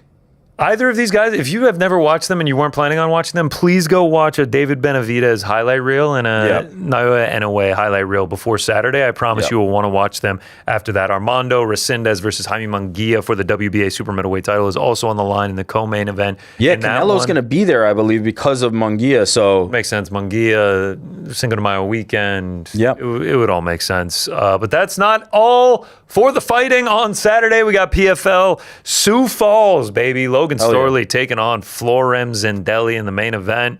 You got Henan Ferreira also on the card. Gadzi Rabanadov on the card. Magomedov also on the card. Beat Piotr Jan one time, man. People forget. No, he's very good. People forget. Yeah, it's a solid card. It's not a appointment viewing for me, but It's second TV worthy. Look, this is not the crown jewel of the PFL schedule, the slate. It's not the crown jewel of a Saturday slate. It's not the crown jewel of the Saturday slate, but decent fights. Let's see where Logan Storley is at in his career, but this feels like one that gets you to the next one. This is the card that you're going to be chilling at like 9:30 on Saturday, and then you're going to like scroll Twitter, and it's going to be like insane knockout from Sioux Falls, and it's going to be like a highlight reel. Yeah. It's going to be great. Saturday's going to be fantastic. Again, one last reminder. Saturday morning, go ahead and get up bright and early. Either get some breakfast, get a workout. And UFC Perth starts at 4 a.m. Eastern. Main card start at 7 a.m. Eastern. JDM Praches walking around 9:30. Inoue Nakatani main card starts at 5:45 Eastern. Approximate ring walk around 8 a.m. Eastern. Benavidez Zordo, get your nap in, run your errands, everything like that. That starts at 5:30. 8 p.m. main card, approximate ring walk around 11 p.m. Eastern. And PFL Sioux Falls kicking off at 7 p.m. Eastern. Logan Storley making his walk probably around 11 p.m. as well. It's going to be a great day of fighting. I'm very much looking forward to it. It is for the real ones, as they say on Saturday. Are you a real one? No, I am not. Oh, you're not? Let's get into bets and parlay pals for the weekend. I've already gotten Pizzi's pick. He is taking the Mexican monster, David Benavidez. We'll see where everybody else goes. Didn't win last week. Frankie actually the only one that got it right last week. I mean, when you're right, you're right. And you were right, brother. Well, who did we have? Over 2.5 main Montel event. Jackson. I feel like he got jerk job. Oh, Adolfo definitely won that fight too. I feel like he got robbed. I think Jafel Filo won that fight as well. Yeah. What the fuck happened? Feels like we got robbed. Yeah, I agree. Like we got robbed. All right, I will go first. I will go with the other monster. Oh, yeah, anyway. I will. Who's next? Me or Frank? Anybody. Take it if you want. Frank, you go. All right. I am going JDM and Praches to go over 2.5. Okay. Wow, a back-to-back main event over 2.5 for Frankie. I feel good about this. Nice. I trust you, man. You're the only one that got it right. What can I say? From you guys. What can I say, dude? You're the only one that got it right. No, yeah. You squinted your eyes, Rick. Me? Man, Praches knocks out everyone. Now they're wide-eyed. All right, that's what I saw. I was like, okay, this is good. No, I don't like that. Oh, I'll take that one. I'm going Quillen. Quillen Sal killed. Yeah, don't hate that. Don't hate that. It feels like Benil's being served up. 4 legs, get us in the green? No. But it'll get us close. It'll get us close. 18 and 39 for the boys. If somebody just did the smart move and swapped out and put in, Tai Tuivasa or Junior Tafa, now we'd be talking. Not going to be me, though. But if somebody did it. Now we'd be talking. All right, let's go to my bets for the weekend. We actually start, funny enough, I can't quit them. It just keeps on coming back. Tai Tuivasa. Oh, you believe. Of course I believe. I'll never quit this guy. 6 straight becomes 0. It becomes 1. 1 win. Win streak begins now. Path to the title. Tai Tuivasa gets it done against Louis Sutherland. We roll along. The monster parlay. Anyway, David Benavidez. Oh, that's not bad. I feel good on both of them getting it done. And then some questionnaire on Super Chats yesterday, I believe, mentioned the Aussies on the main card. We're doing it. Plus 785. Tai Tuivasa, Brando Pericic, Steve Erceg, Quillen Salkilled, Jack Della Maddalena. Didn't have a line for Ollie Schmidt. He wouldn't have made it anyway. I don't think he should be on the main card. I'm just going to come out and say that. So we're going to get these 5. Is any of them a dog? Is Jack a dog? What's the Jack's line like on plus that? 102. Okay. It's not bad right there. Of course, I'm going to add the Tai Tuivasa Junior Tafa moneyline parlay because there it is. There it is, Jordan. Okay, we're hiding the money.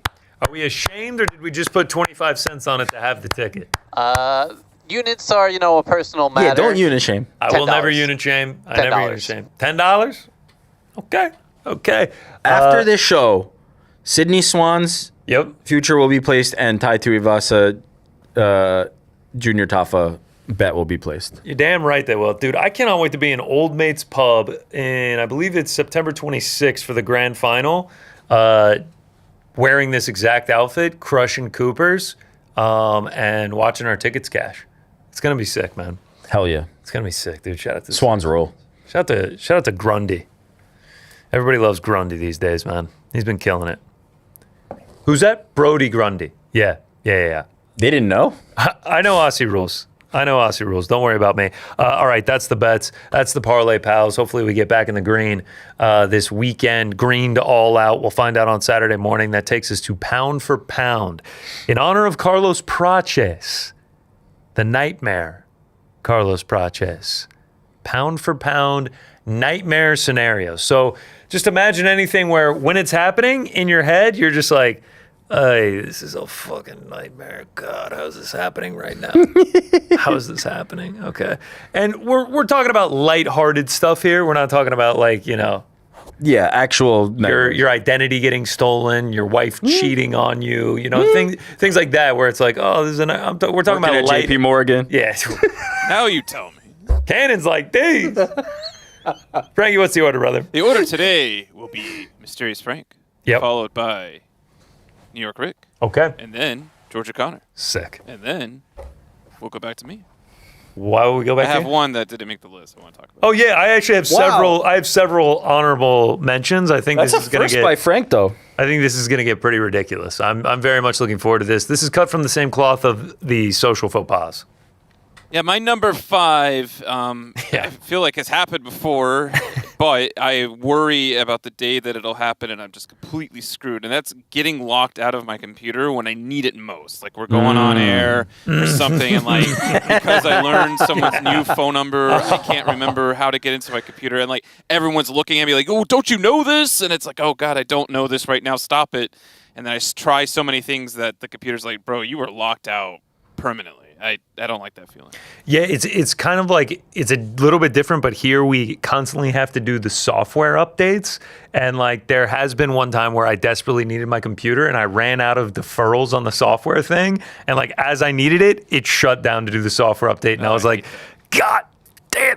Yeah. I've had the software update be like, do you want to update now? I'm like, no, I'm good. And then it just does it anyway. I'm like, did I not hit no? Like, or did it just take advantage of Your computer one knows loves- better than you.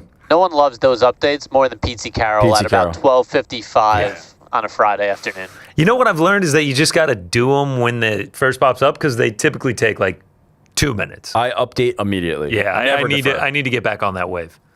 My number 4 is, fortunately hasn't happened to me, I don't think, but it's being served undercooked food. See a delicious meal come out, take a bite into it of like, what the hell did you just serve me? And I'm not talking a rare steak versus fully, I'm talking like chicken, something that will make you ill. Yeah. And it's like, how could you have been so egregiously like careless to allow this come out? I don't. Can I ask though? Do you not say, cook this? I know, but you just don't. But you trust already the took kitchen. a bite. You lose your appetite. You don't trust Okay, the so kitchen yeah, after like- that. The nightmare is the bite before you even realize that this thing is. And then imagine you're at like your boy's house. Oh, I've been barbecuing all day, but they don't know, or they're too drunk to understand that that's not cooked, and then Yeah. you bite into it, and it's like, it calls it a question all the other things. Like, okay, you just served me undercooked food. Was there a rat hanging out in the kitchen too that you're now neglecting to tell me about? Facts. Or shut down? Moving on my number 3. This is actually a nightmare that I have all the time, like in my dreams. I have no idea why, because it never happened to me in real life. And like I have been since done with college, but this is not attending class before a test. I don't know how many times I've had this reoccurring nightmare where it's like, oh shit, I have that test today and I have not been to that class all semester and I feel like such an idiot. And I'm like, all the justifications, like, like who needed to go to a biology class? Like, screw it. I wonder if I could still drop the class. I have no idea where this anxiety comes from. I think there might be some sort of interpretation like, I don't like you guys or something. I don't know what it is, but it keeps coming up and I'm like, what is it? Is there going to be a situation in my life where I'm going to feel exactly like this? I'm like, that's what those nightmares are for. They were getting me ready for this. Yeah, it says right here, a test nightmare is a common recurring dream where the dreamer is unprepared for a final exam, often finding themselves late, lost, or unable to answer questions. It symbolizes current high stress, anxiety, feelings of being overwhelmed, or a fear of failure in real life, even for adults long after school. So, Shout out to that Scantron, by the way. Yeah, man. If that didn't instill fear in you by looking at it, I don't know what does. I haven't seen one in a while. They still use those? I don't think I haven't been into a school in a decade. It was really hard to pick my 2 versus my 1 because they're both really scary. But number 2, this is since I was a kid, the concept of being stranded in the middle of the ocean. Okay. Like these you are hear these really stories intense.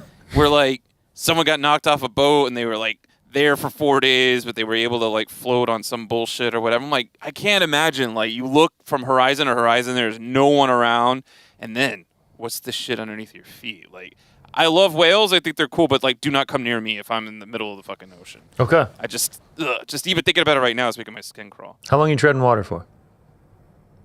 I can't, man. I can't swim. Oh, Forever. Okay. Wait, you can't swim? Can't swim. I can't ride a Ooh. bike, and I can't read. And I love how we've exposed all of these. I was gonna say, wow, we actually only knew about the can't read. You've Yeah. not admitted to the biking and the swimming. No, is there Ariel that can't ride a bike? Yeah. Not No, that we he can shame now, for that. right? He couldn't for a long time. I think he can. now. No, he's talking about a stationary bike. Yeah, we could do that. No, he couldn't for a long time. Learned as an adult, I think is the story. I believe don't he think can so. ride a bike. I don't Yeah, think he can so. ride He the bike also right now. can't keep the poop inside. Like, how many times has he told us that he's pooped his pants? My number one, scenario. going completely deaf. Just can't keep. This the would poop just be a inside. fucking. Okay, death so note. these are like Yeah, real. Jesus Christ, These are like Frank. real fears. Speaking of fear, here's Ludwig himself. So how's dying deaf. not number 1? I mean, that's kind of why I wanted to come back to me. I mean, like, to be honest, guys, I'm just afraid of dying. Yeah, No. Nightmare scenario number 2, getting my arm chopped off in a to that remote point, island. It's and like, I've heard you do this before, and you and I have done this before, Connor, where it's like, would you rather lose your arm or your leg? Yeah. We've done that, like, kind of game, right? Yeah. So that's what I mean. Like, it's lighthearted. But when I think about what I would not want to lose, like, take my eyeballs out, I don't care. I can Jesus become Christ, all right. You really are. quadriplegic, I don't care. Just if I can't hear, just put the pillow over. You're my that face. much of an Yeah. audiophile. I mean, it's not. It's like so much of my identity is based on. Wait, what did you say? I think I'm going deaf. No, so It's much of my happening in real identity is time? tied to being able to hear. It's my livelihood. It's my form of enjoyment. I wear Yeah. hearing protection. I do all this stuff. I can't imagine if I can't hear, just do me a favor, push me on oncoming traffic. It'll be okay. Okay. All right. Done. And you won't then- even you hear can it even coming. say, Yeah. I don't know what happened to Frank. Well, I tried to tell him to look out. Didn't hear me. Didn't hear me. If I went blind, take me out back.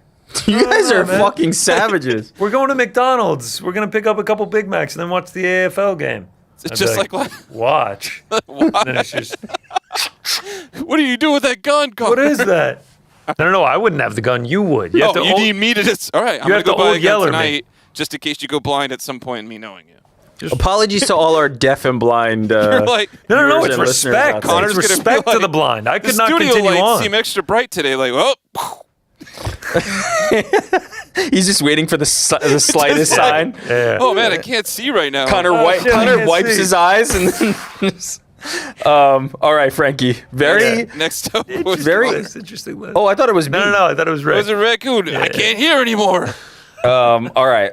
I named these, so I'm gonna give the name, and then we're gonna discuss. Okay, I did something very similar. I think we're going to be closer to the same wavelength there. Maybe. I think you guys, do you guys like also have periods at the same time? You guys are just more in sync than I am with. The, Yeah, I mean we're the boys in the bag. You know, Yeah. this is just how it goes. Do I All look right. like the hello fellow kids with the backwards hat on right now? Should we both do it? Yeah. It's like I feel like I've made it to the point in my life now where I can't do the backwards. I don't think I could. My head just doesn't your look the ears same look as yours. extremely large Yeah. when you do them. I was Wait, a, large? I was a I just big feel like it looks small. backwards Oh, is hat Dumbo, guy was in that you? college.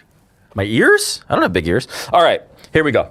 Replace this with Connor, a respect your Keystone. nice slim ears. Replace this with like a Keystone Light, and like this was me in a fraternity back in the day.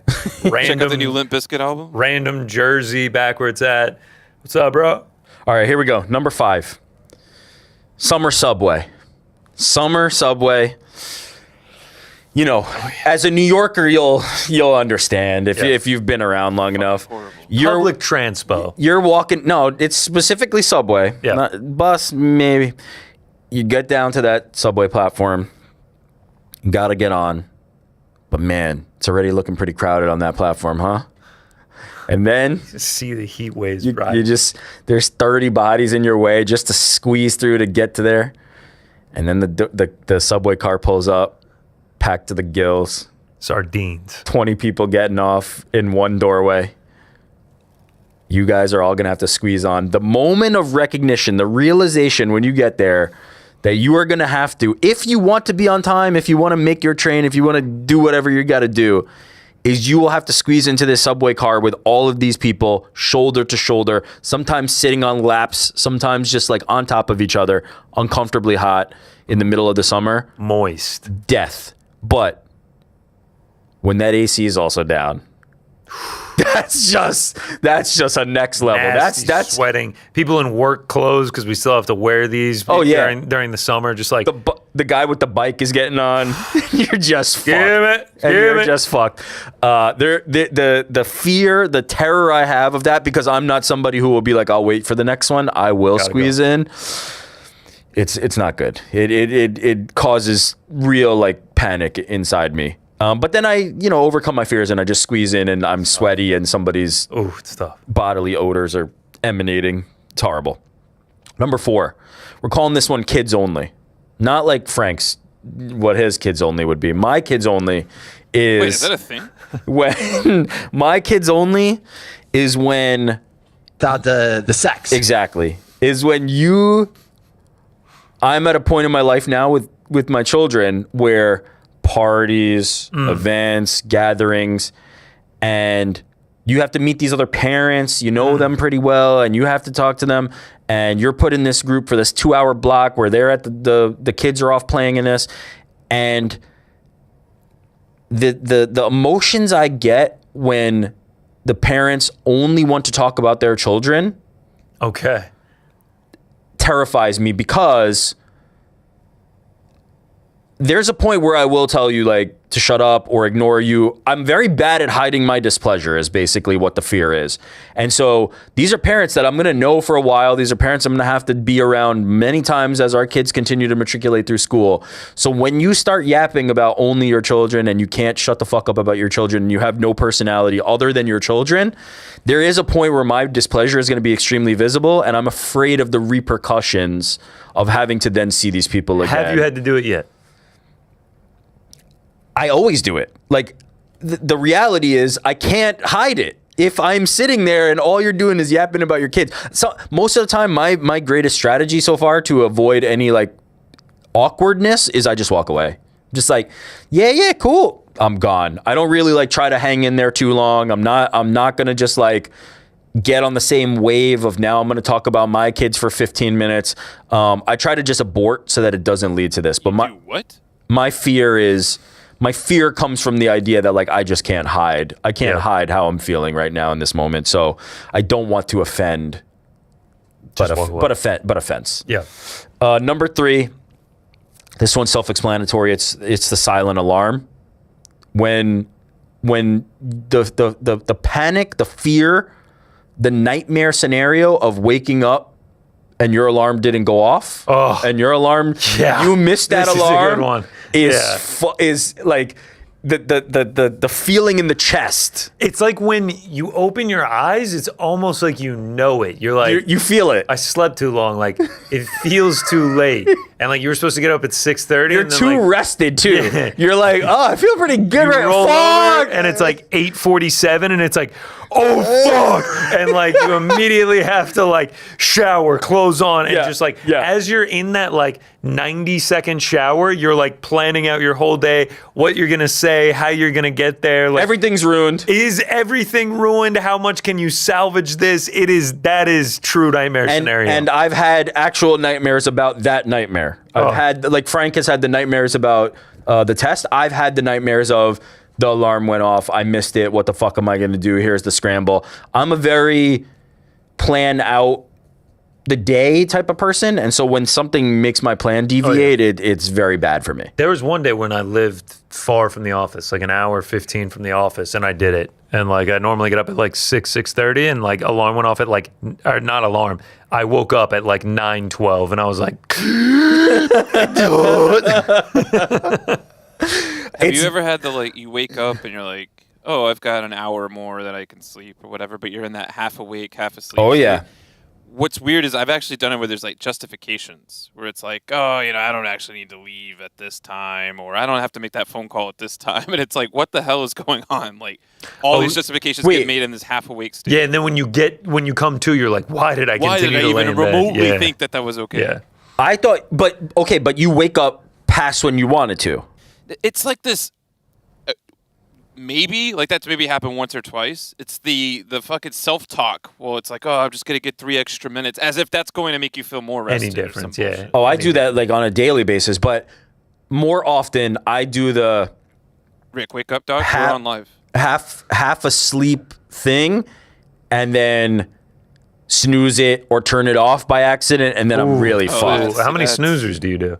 I'm not a huge snoozer, Yeah. but there have been times where Frank's talking about where I'm in the groggy state, and it's like I meant to snooze it, but I turned it off or did something like that. That's nightmare. That's bad. All right, number 2. This one's a little bit unique, but this is one of my nightmares on a constant basis. Okay. I have this nightmare all the time, and that's called you don't even know. You don't even know. And what this is, this drives me insane. It gives me nightmares. It's a waking nightmare because I think it all the time. You don't even know is if you're ever competing in something or doing something and you didn't give your best effort, but that person's only going to see you one time, or you're only going to do this thing one time, and they think you're just shit, and they think you go to the pickup game, you have a bad game, and then they leave. The feeling inside me of you don't even know that I'm better than you. You don't even know that you aren't even on my fucking level. You're a pissant. You're a peon, and you think that you did this. You won this game, and you think that you have this over me. I might have an aneurysm thinking about essentially this. just like you go to the play pickup and you go 0 for 6. Yeah. And you have 4 turnovers, and then the guy leaves and he's like, man, that guy sucked, ass. and he thought he was the fucking greatest. That is a feeling that is my actual nightmare. Okay. The only reason it's not number 1 is because I have a more constant thing. But the idea of people thinking they have superiority over me in a realm that I know they do not, I can't abide by it. Okay. I'm a very little bad egotistical, loser. but yeah. No, I'm a very bad loser. I'm That's the extremely, ego? Yeah. It's not good. It's unhealthy. But everybody must know my dominance. Otherwise, it eats me up inside. Number 1, hurry up. Hurry up. If you are doing something with me and I am waiting for you, that's my actual nightmare. My nightmare at all times is not being able to do what I need to do because I'm waiting for somebody else. If we have to go somewhere and you're the reason I'm not able to walk out that door, I've been ready, nightmare. If we have something to complete and you are the holdup in that thing, nightmare. I must be on my, as I said earlier when we were talking about the alarm, I gotta be on the have it scheduled out. Yeah. It's not even like I'm not the punctual person who's like, if you're not 10 minutes early, you're 10 minutes late. I'm not that guy. I'm okay with like the flexibility of that. But if I've prepared myself for I'm going to be there at 9:10 or 9:30 or whatever, and it's now 10:30, that will put me on tilt to a degree that is unbelievable. And so when you combine that with the factor of having to rely on other people or somebody else is contributing or causing this to be the case, for me to change my schedule or for me to be late or the reason that I can't move forward, actual nightmare. Happens all the time. Bothers me to no end. Hurry the fuck up. Frank, how do you feel about this when he is one? Oh, Frankie. Oh, Frank. He's, Bubble Guts Frank strikes again. I was going to ask, how do you feel when he is one half of the slowest dynamic duo on planet Earth whenever we walk anywhere? That feeling that you had right there where you were waiting for Frank to reply and he left you hanging and you didn't get to do the thing that you wanted to do, that's the feeling right there. It's not good. Yeah, I hate it. Frank, you missed it. His number 1 is like waiting on people. How do you feel about that being his number 1 when he's one half of the slowest dynamic duo on Earth whenever we go? Not only is he one of the slowest ones, he makes those justifications I was talking about before. It's business. It's business. I was like, bro, why are you always so slow? He's like, oh, I had to do this thing. It's like, that doesn't answer the question. Let me be 100% clear. That slowness was part of my schedule, was part of that schedule that I'm talking about. That I have what we're laid out. talking about is whenever Ariel and Rick, whenever we all walk somewhere, they fall back and they're just locked in their own worlds on their telephones. And it's like, we have these conversations as we are walking so slow that I can't even fathom it, and somehow we're still creating separation. I was like, this feels like it's an optical illusion. We're almost walking backwards, and they're still getting further away from us. How are they walking so fucking slow? Please, I've done it walking around New York City. I've done it walking around Las Vegas. I've done it in casinos. I've done it everywhere where it's just me and Frank up ahead, and we're just like, oh my God, they're still 600 meters back. I can barely see him anymore.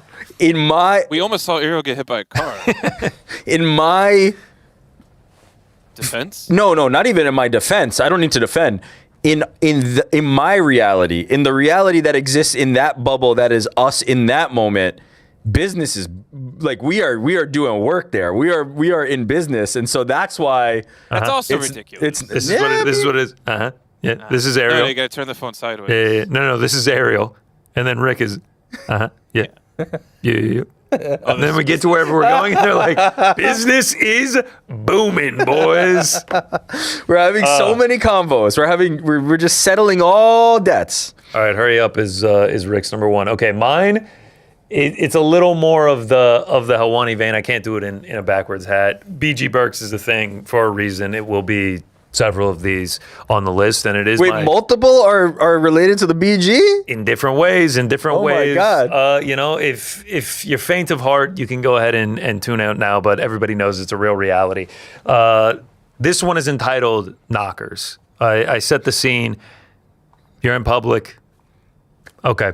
I got to go to the bathroom. There's nothing I can do. Coffee house. Envision a coffee house here in New York, built in like 1912, and they have a bathroom, the smallest little thing you've ever seen, over in the corner, rickety lock, barely even. It was a closet converted to a bathroom. Precisely that. Your knees are jammed up against the wall, but I needed to have 2 cold brews, and you're just like, oh yeah, gotta go to the bathroom. Fuck. You go into the bathroom, it finally opens up. You go in, you're uncomfortable as all get out, and the second your ass hits the seat, just doorknob just jiggling. It's just like, yeah, just give me 1 second, man. In here, just like 30 seconds go by. It's just like, yeah, give me 1 minute, man. Hold on. Just like absolute nightmare scenario. You're dying in there. You're sweating. You're just like, okay, just give me like fucking 4 minutes, man. And it's just like he's testing the doorknob, and you're just like, is this door gonna bust open in a second? Like someone is in here. Just give me 5 minutes, please, bro. Is the I've actually been nightmare around Connor while this has happened? Like I've seen him go in. Someone tries to come to the door. They leave. Someone else comes by. Like within 10 seconds. I swear to God. Connor comes out of the bathroom. And he's like, "What the fuck was it?" I'm just laughing because I'm like, I saw 4 guys trying to come in. I swear to God, I'm cursed, man. Even if I'm like, dude, there's been times where I'm pissing, and like the second the door closes, just like, and you're just like, dude, just chill. You don't even close the door as you're closing the door. Wait. Like, I swear I'm cursed with it, dude. Okay, is the nightmare though that you don't want to have that interaction when you leave? Is the nightmare that you have to kind of rush? Like what's the nightmare? That is the biggest thing. You now have to rush. You are now on the clock. Someone has acknowledged that you are in there, and you have acknowledged that they need to get in there. So now you are on the clock, and it's just gotta get out of here. Gotta get out of here. 2 cold brews ain't being agreeable to that. It's just like, you're gonna need a second. And like, the longer you go, the more that everyone in line's like, yeah, I got shit. Just give them a minute. Do you care that they know that you're shitting? Don't care at all. Couldn't care less. What bothers me is the yeah. It's like it just blows my mind. It's just like, hey man, the door didn't open, so someone is likely in there. Is there a way to go zen and just be like, block the noise? The like, best, fuck it, I'm just gonna do this. I don't care how long. The it absolute takes. best is when it locks, and when it locks, it goes like red and it's like taken. Because then even if someone knocks, it's just like, yeah, 1 sec, bro.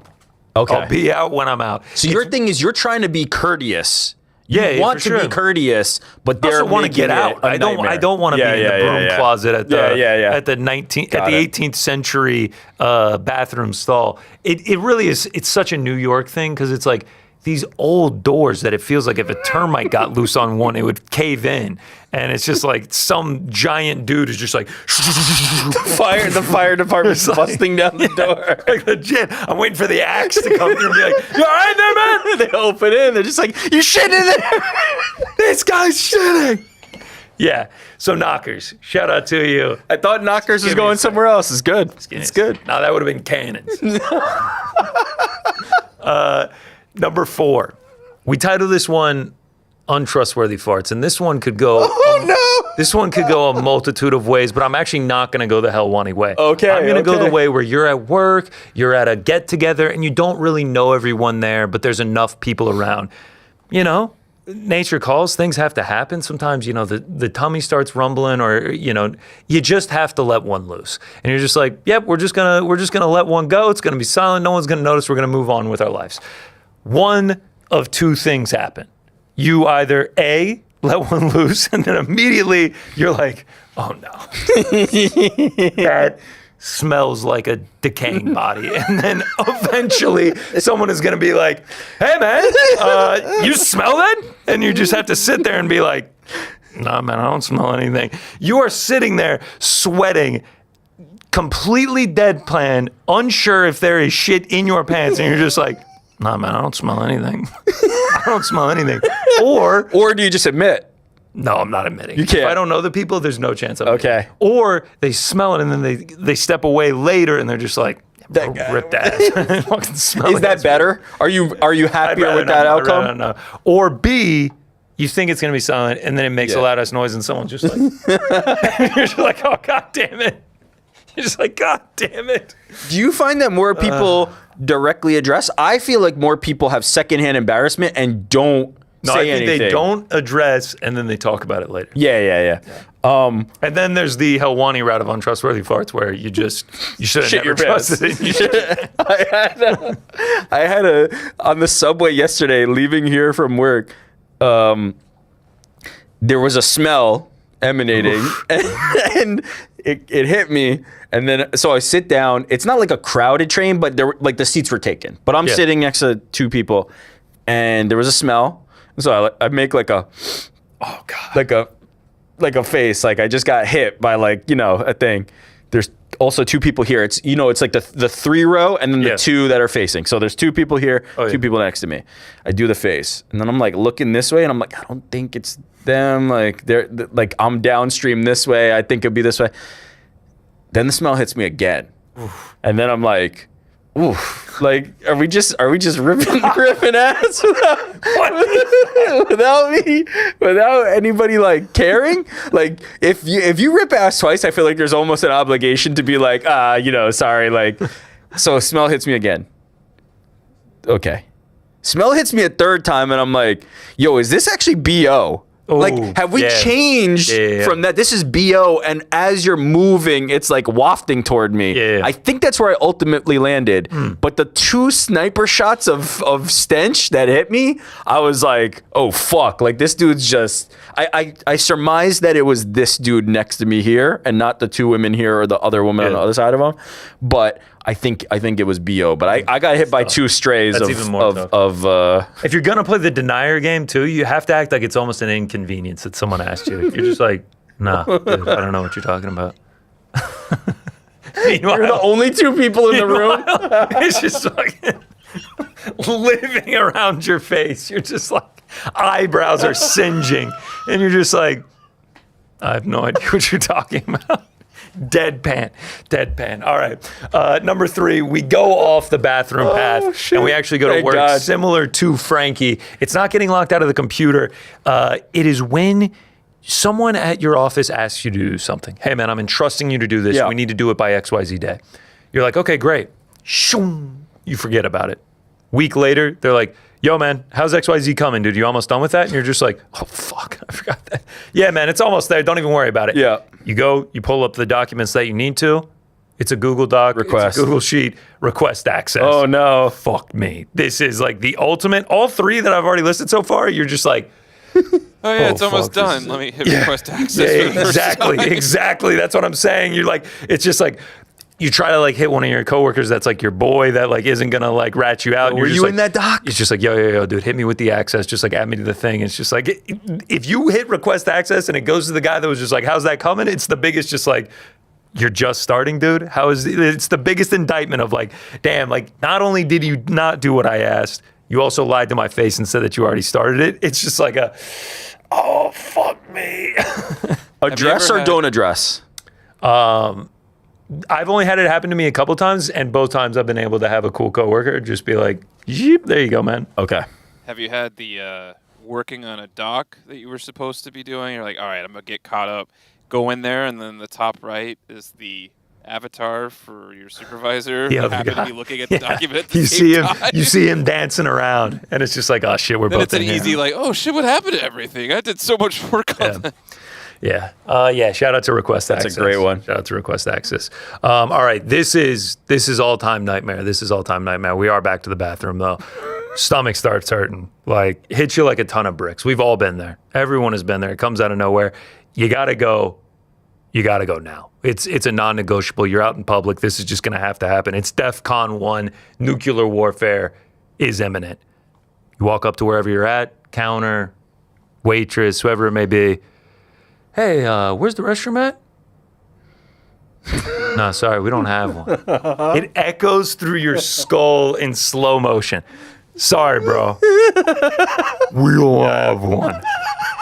Out of order. And you're just like, oh, fuck. Like, panic starts setting in. And you're just like, where is this going to happen? Now, and it happens here in New York. Now you're out on the streets in New York.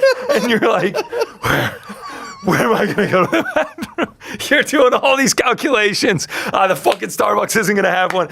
This place is not going to have one. Just like, all right, let's try this place. You walk in. Hey, you guys got a bathroom? Nah, man, no public bathrooms. You're just like, fuck me. My best tip is to ultimately go to the fanciest restaurant you can find and walk in like you own the place. That's typically your best bet. But like, there is nothing worse than just like, or like if it's on a plane or a train or anything and it's just like, and it's, the line is 10 people deep and you're just like, oh God, now we're going to get the don't have a bathroom. And once I do get in there, there's guarantee going to be knockers. Just The double nightmare. stewardess, I think they've locked themselves in. Someone needs to open this door. Ultimate nightmare. Ultimate nightmare. It actually, I can't lie, it happened to me recently. For some reason, I went on a long walk, and right before I went on the walk, I essentially shotgunned a protein shake. Just get 3 minutes into my walk, stomach doing somersaults. I'm just like, why did I do this? Getting some skincare at Kiehl's hits me like a ton of bricks. She's checking me out. Keel's no bathroom? Kiehl's no bathroom. No bathrooms in New York City establishments. Period. Yeah, I was in the Keels and like she's just like, you got 220 bonus points. I'm like, yeah, apply that shit. And she's just like, okay, well, you're just gonna need to give me your membership card. I'm like, God damn it. I'm You like, don't look so good. where's the bathroom? He's like, there's a Starbucks 2 blocks away. I'm on the New York streets. I'm like, did she say left or right? I need a bathroom. Do you ever ask them, wait, where do you go to the bathroom? Whenever they send you like 6 blocks away, are you ever like, wait, but do you walk 6 blocks away to go to the bathroom too? I was with one of It's my for the friends. They were also buying something. And she looked at me. She was like, you all right? I was just like, no. And she's just like, I'll take your stuff. And I just bolted out. As soon as my credit card swiped, I was gone. Oh, Did you make it to the bathroom?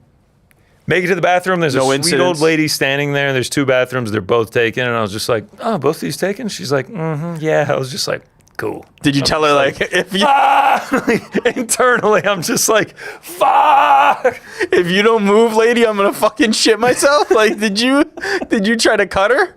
No. I held out. Yeah. No knockers. Taking No no double knockers, thank nightmare? God. Okay. Taking a protein shake straight to the dome after eating like 2 servings of cottage cheese right before was just, I was setting up for failure. What a mix. Shout out. All right, number 1. I just want to set the scene for this one. Yeah.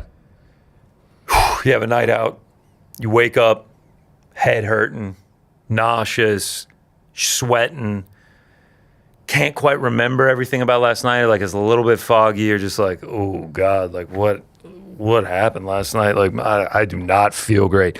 You definitely drank too much. Let's start that long journey back to feeling better. Go downstairs, get some water, breakfast, get something on the stomach, start feeling better. You get downstairs, you start chugging some water. Your sweet mother's sitting at the kitchen table. You know, have a seat. I'm like, what? Have a seat? What do you mean? Have a seat. We got to talk about last night. Wait, what? What happened last night? Your mom goes, you got home last night. You got home last night and you kissed me on the ass. So you kissed your mom's ass, and then 20 years later, you go on a live broadcast. Bro, I was sober. And you tell it to thousands of people watching. And then it becomes a running bit on the show. And that is my number one nightmare. I call it hungover regrets. What do you mean, Frank? What did you mean? It's the kiss that keeps giving. You said you did it. You thought I was talking about you, Frank? I just meant this is a nightmare that I have in general. I cannot confirm or deny. No, I'm just kidding. That's my number one. Oh, man. Well played. Well played. I have actual tears. Frankie, honorable mentions. I actually forgot what it was. But thanks for sending it back to me. That's the nightmare situation, forgetting what I was going to say. I have a few. Hit us. You have a conversation with someone, and it goes swimmingly for 20 minutes. You're having a great time. It's all good. They walk away. You don't really know this person that well. You walk away. You look down. Your fly's been wide open the entire time. Oh, God. You know what I realized in the course of this exercise? I don't have shame. That's what I realized. I was like, what are the things that make people realize truly that? uncomfortable? Well, it was driven home more. It's like taking a shit, fly open, fart, this and that. I'm like, I don't give a fuck. Oh, when I was in Ireland, went into this fancy restaurant, went up to the bar, talked to the waitress, the maitre d', everything like that. Took a picture in the place, all that. I was just Fly like, was this place is wide sick. open. Walk out. Fly was open Ugh. the whole time. Pictures and everything there to confirm it. It was tough. Another one, soup, dip, any sort of dark liquid, beginning of the day, but you're already out of the house. You can't go back. Splash zone right on the shirt. Light shirt. It ain't going anywhere. Stain.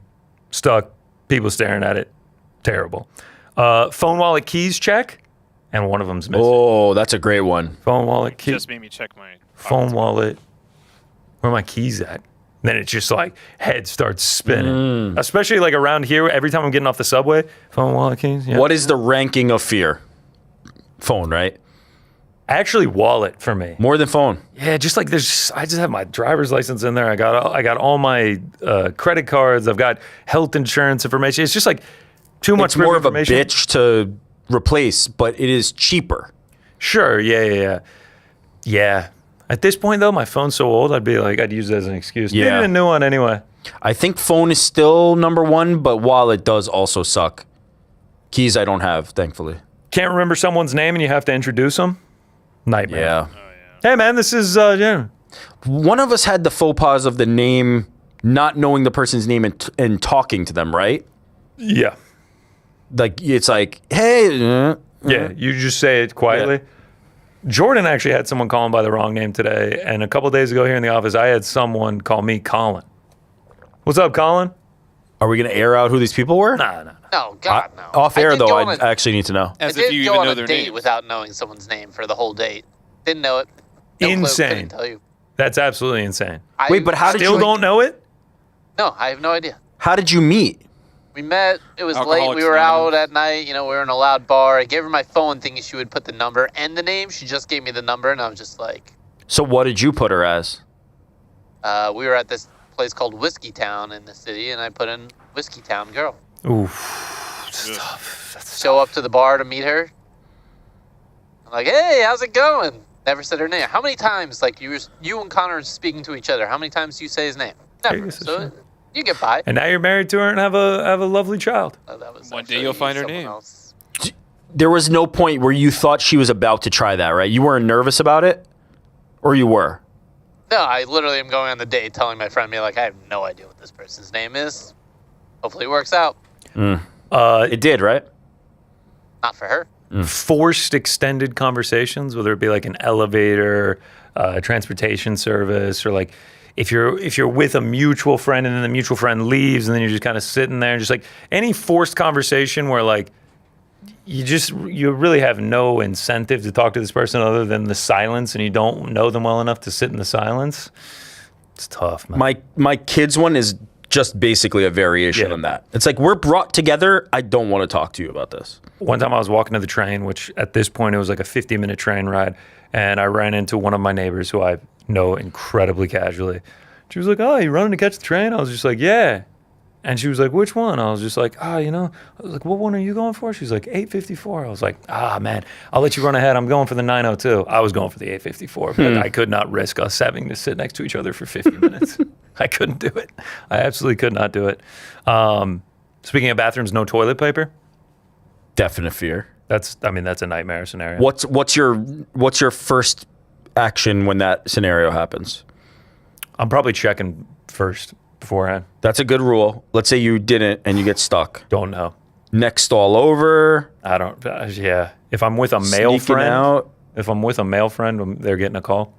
They're call and they come in and help. Yeah. Figure it out. That's a good one. Yeah, whatever it may be. Early on in a relationship and you're at the other person's house. The Duke. It's your call. Yeah. That's when you're like, gotta go back to the office. We'll return. Frank, We're just sitting down for dinner. Frank, it's 1:30 a.m. on Saturday morning. What do you mean you have to go to the office? I work with Ariel Helwani. Do you not know? Actually, this is kind of funny. Last night I told Ariel, have a good weekend. And he's like, weekend? You're going to get a text from me in 20 minutes. I'm like, my man, that's exactly how he works. My man. I love it. But isn't Frank, you have a variation of this, like not farting. Yeah, somebody put this in as a super chat, so we'll just get to it Okay. now. All right, sweet. It's not a fear of farting. I just don't fart in front of her. It's just like you don't fart in the control room, right? Like, it just don't. Right. And then when I can't control that, i.e. when I'm asleep, I know, like, the fucking fireworks are going off probably, and she doesn't say anything. That's good, you know? Little do you know. I think the implication, though, is... It's not a fear. It's just like why do it, never really done it. Every one of those fireworks in your sleep is one step Yeah. closer to divorce. It has papers getting happened written up. where I have woken myself up from such a gnarly fart. No, but I look over, make sure she's still asleep. She's got her eyes closed tight. Like, is that how people normally sleep? Yeah, she wakes up. You have to put the pillow over her face. Your Honor, I need a divorce. He farted in his sleep. No, but the implication is not necessarily like fart more, Frank. The implication is if you can't at home with your wife, can you ever? And your answer is I will never anyway. Has she ever had the sit-down conversation and been like, Frank, I need you to fart more? The doctor told me that. They were like, all those front of abdominal me. pains. Does she just walk around blowing it out? I've never noticed. I don't think girls fart, nor do they poop. Good answer. Can't confirm. There it is, straight from the I source. can confirm that Andy is, in fact, full of shit. So. Listen. The all look right. she just gave me, Rick, I need It's the you to same come look in I give him every other day. That's the Bound for I was Brown going to say rankings. one. Yes. Connor, you probably won't get this one. Please. But Rick, 3 a.m, Yeah. you go to check your kid. Needs a diaper? No diaper available. Ooh, You're fucked. that sounds terrible. Happened to me last night. The don't have an extra diaper, or even worse, blowout in public. No change No of extra clothes clothes. or anything. Oh fuck! Those What do you are do? What'd you have to do those are last hairy night? moments. Last night we had to. My husband has the ladder and like some weird contraption. I'll send you guys a picture that puts it up to the ceiling. He had to bring that down in the. It was like 3:30 in the morning, trying not to make noise to not wake him up. To get a box that we had like all the way up there. But the fear in his eyes when he came up to me and was like, "We don't have diapers." Ugh. I was like, "You gotta climb up that ladder, man. They're all the way up in storage." So we got lucky last night. But otherwise, forget it. Good when Yeah. you said all the way up. That's a nightmare. Diaper-related scenarios are very bad. Yeah. Because you really don't have a lot of control. That's the thing. Yeah. Like, it's just like, it's going to happen when it's going to happen. The only thing you can do, like anything else, is just prepare. My wife is very on it. The diaper bag is always very well stocked. We have it around the house. But when you do find yourself in that scenario, or like long road trip with the kids, you ask them 6 times do they have to go to the bathroom before they leave. And then when you're 10 minutes in and they have to go to the bathroom and you have to pull over on the side of the road and they're pissing in the woods. Yeah, kids make it very rough. Kids make it very rough. Anyone else? Jordan, you got one? Things happen. I guess the zone out on the subway where you just end up staring at someone without actually doing it, and the person's just like, "What are you looking at, man?" So that happened to me at the car rental in, was it Maui or Honolulu? In Honolulu, where we were standing in a long ass rental car line. It's like a wraparound snake style, and everybody's just like super annoyed because it's taking forever. The people at the desk are not working very fast. And I was just like looking off, like I was just kind of like zoned out. I had headphones in, so I was just listening to a podcast and I'm just like looking this way. And the guy said to me, like, it wasn't rude. I forget what he said. It wasn't like, "What you looking at, man?" But it was like, it was something like, "You like what you see?" Oy. And I was like, huh? I take out my headphone and I'm like, what? He's like, like what you see, you were looking at me. And I'm like, at first I was like, I didn't know whether to be like super like dismissive of like, why the fuck would I be looking at you? But we're just in this line, and we're probably going to be in this line for at least another like 45 minutes. So I think I just went with like, and then just put my headphone back in. But like, what a fucking exchange there. You like what you see? I just, yeah. And then, but I was thinking to myself, like, the type of person that would think to themselves, like, one, anybody's like looking at you to that degree, in that scenario, Unless right? They're looking at you menacingly. Yeah. Like there's definitely scenarios where somebody like has a problem where you need to be like, what are you staring at? There's 100% scenarios like that, especially I'm sure women deal with that a lot more. But this is not that scenario. And the like, what you looking at, pal? Like what you like, brother, like this is not it. You pocket that one. Pocket that one. We're gonna shift 2 feet in about 3 minutes, and nobody's gonna be looking at you. Promise. Yeah, just take it easy, man. Just take it easy. All right, Frankie, we got any voicemails?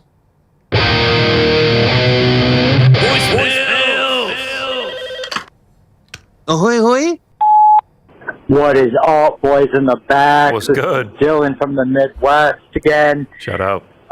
2 important things. One, with the main event next weekend coming up for the middleweight strap. Yeah. You have Hamzat versus the challenger. And Connor, you are killing me with the pronunciation of his name. It's Sean, say it with me. Strickton. Strickton. Hard T on it. Sean Strickton. So let's see if you can keep pronouncing it right as we go forward. Article number 2. Yes. Everybody says, oh, no, fuck Connor. Actually, fuck that guy who wants you to call him so he can get his voicemail answered and hear it every time he puts in a voicemail. Just listen like the rest of us. The show is awesome. Love you guys. Keep it up. Keep doing what you're doing. And let's go. That was great. Appreciate the call, brother. Appreciate the call. Sean Strickton. We're off to a hot start here.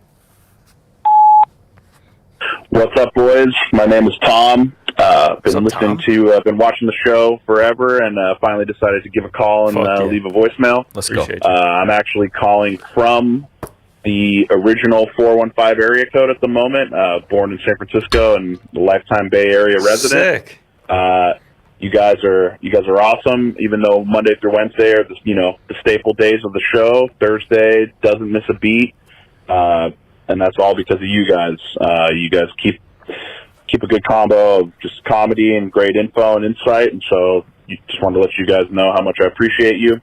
Connor might remember me. I'm the guy that's mentioned a few times over Twitter. We've had a couple good back and forths about the King of Queens theme song and how great it is. All timer. Yes, absolutely, man. So just wanted to shout out Connor for that. Shout out to Frank for being always funny with his dry and deadpan style of sense of humor, and also having some great insight at times.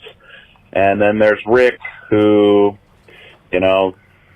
I guess without Rick, we couldn't appreciate everyone else as much as we do, because there's got to be someone there with absolute ridiculous takes to keep things spicy. Otherwise, it would just be, maybe a little bit more boring It's all the if there wasn't somebody to just come through with outlandish stuff. to be fair, you do back up most of, or attempt to back up most of what you say. So, props to you for that. And anyway, thanks for doing what you guys do. Helps me get through the week. Really appreciate you guys. I'll be calling back more to leave a better voicemail than this, but this is my first go around. Cheers. Thanks, you Hell yeah, bastard. Tom. A fantastic voicemail. Shout out to the King of Queens. Shout out to the King of Queens. Eyes are getting weary. My back is getting tight. The fact that you're having combos about it is next level. Sitting there in traffic on the Queensboro Bridge tonight. Wait, remind me. I'm sure we talked about this, but I forgot. Did you actually watch the show or just like the theme? No. I watched the show growing up. It would be on TV okay. right when I got home from school. Yeah, Kevin James. Fantastic stuff. Leah Remini. Yeah, Leah. Remini? Remini. What time did you get home from school? My school got out at 3:20. All right. And I lived walking distance. I mean, talking like 3:45, 4 o'clock. I just thought it was like a primetime show. Oh, I would watch bet it was. I would watch like the rerun syndication on like TBS. Leah Remini and then Jerry Stiller. Oh yeah, fucking. And was Brad Garrett on that too? Wasn't he like a neighbor or something? Yeah, I think so. Or am I thinking of Everybody Loves Raymond? Wasn't he? Brad Garrett's the brother on Raymond. Yeah. Shout out to Raymond. Was there anybody else notable in King Raymond of Queens? actually has a James few Tuno? cameos in King of Queens, I feel like. He did. There Or were is it the other way around? The character Raymond was on it. I remember his boys were Deacon and Patton Oswalt.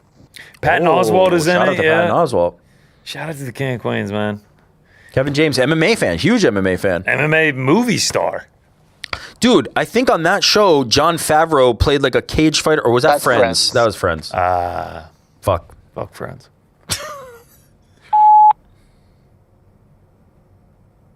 Hey boys, Jimmy from Australia here. What's up, Caught Jim? up last week about old mates.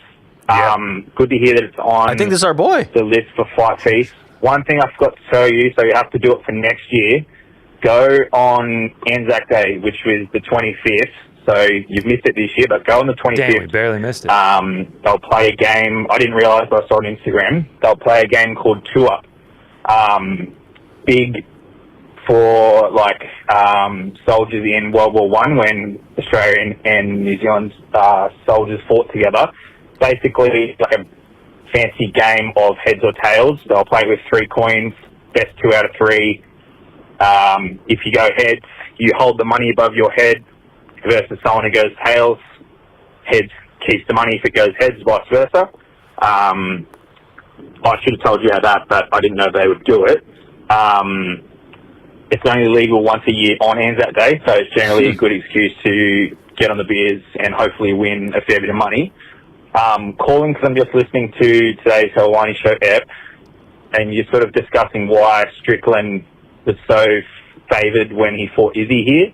Australia's got a pretty big on-again, off-again relationship with New Zealand from the wars and playing together and being so close and stuff. So we'll sort of back NZ's fighters and shit when it suits us, or sports in general. But, for example, Izzy was obviously the dominant champion, so everyone loves an underdog story here, so Strickland was favoured for that. Tall Poppy Syndrome's big here, so Izzy was obviously just the reigning champion and blah, blah, blah, so people were happy to see him lose, and he also basically double KO'd Rob and took the belt, so people were off that too. Yeah, it was sort of just all was a melting pot of reasons to go against Izzy, and Strickland talks shit, or these other people who talk shit. So that's sort of the reasons I would say why he got so cheered that night. So just my 2 cents. Love the show, boys. Keep it up. Much appreciated. Jimmy. That's Jimmy. I'm fairly certain James that's Fry? James Fry who sent us the stuff. If it is, no mention of his swans, man. This shit is elite. I feel like he's not even trying to like push us too hard. He's just like, yo, I just want to lace you up with the swan, see how you feel, and we feel good. We feel real good. Oh, I've never felt better. I mean, look at this. The golden arches on one side, the AFL on the other. The ball is fucking incredible. It's so good. Like, and it's just like anytime you got a sporting ball in front of me, you gotta get the act like you're throwing it around. We got Melbourne this weekend. We're gonna roll. We're gonna steamroll. Yep. 3 points easy. Easy. Hey guys, this is Marissa from Nebraska. I'm just listening to the Uncrowned show right now. Frank, you can also just ignore those other 2 messages I left. I'm leaving a lot of messages, obviously. However, you guys asked Ariel if he's ever been to a Costco or if he has even a membership. Yeah. I would pay money for some, like, behind-the-scenes footage of taking Ariel to a Costco, because I genuinely think he would be mind-blown. And I think that would be great content. But just my 2 cents. See you later. If he's actually never been, that would shock me, by the way. That would shock me, but if he's never been, it would blow his mind. It would absolutely blow his mind. And I do have to correct myself. I said 3 points. I'm still stuck in, soccer ways. AFL, it's 4 points for a win. Oh, easy. Just wanted to light work. Want to be clear on that. Yeah, Costco's great. Costco is. Did you guys all grow up with Costco? I did not. Yeah, grew up going my whole life. I didn't grow up until I moved to Arizona. There wasn't really Costco. There was Sam's. It was huge in Texas. But okay, but did you have like a wholesale club when you were a kid? But I will, because like when I moved to Arizona, like, oh, we gotta go to Costco, and they described it to me. I'm like, Sam's Club. Like, who cares? I've learned that not all these club stores are created the same. Like you and I have talked about BJ's before. Yeah. At the store. It's not all the same. I think Costco really is an island of its own. Yeah, it's a classic. I didn't really grow.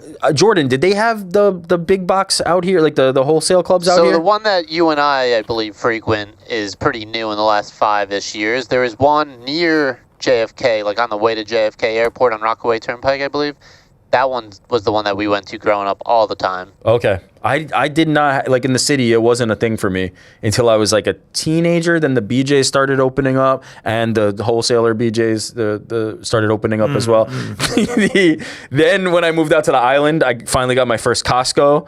Now I'm back to BJs. When did you get your first BJ? No, I'm back to BJs. Oh, okay. And to the wholesaler. Nice. And yeah, it changes the game, and now obviously with the family, like it's a must. The game. Paper towels, toilet paper, anything you're buying in bulk, it saves so much money. I order my contacts from Costco. My eye doctor tries to charge like $750 bones for contacts, where I get the exact same ones from Costco for like $480. Are you kidding me? No, I'm dead serious. When I wear the same brand, and I paid like $980 just 2 months ago. I hate myself, dude. You valid that you hate yourself. B, start shopping Costco. If you go to Costco and there's no samples available while you're there, do you feel like you're getting cheated out of your membership money? No. I have a hot take. I skip the samples. Skip the samples. Sometimes they go during lunchtime being like, I don't need to buy lunch. Yeah, that's fair play as fuck. Fair play to you, but it just like, unless it really is calling my name, I'm skipping it. Like the food has to literally say, Connor. Yeah, the woman has to be like, Connor. We actually say this when I lived in Jersey. We went to a Costco. The lady knew you? One of the workers listens to the show. And the first time I walked in, he was like, up. GC, what's up, man? And then every time I went, he was working there. I can't remember his name right now, but yeah, we became pretty friendly over the Costco trip. Any perks from being friendly with an employee at Costco? He couldn't lace you up. He couldn't really take care of you.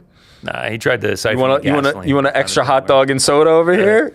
Another hot take of mine. I don't really like the hot dogs or the pizza. Is there what?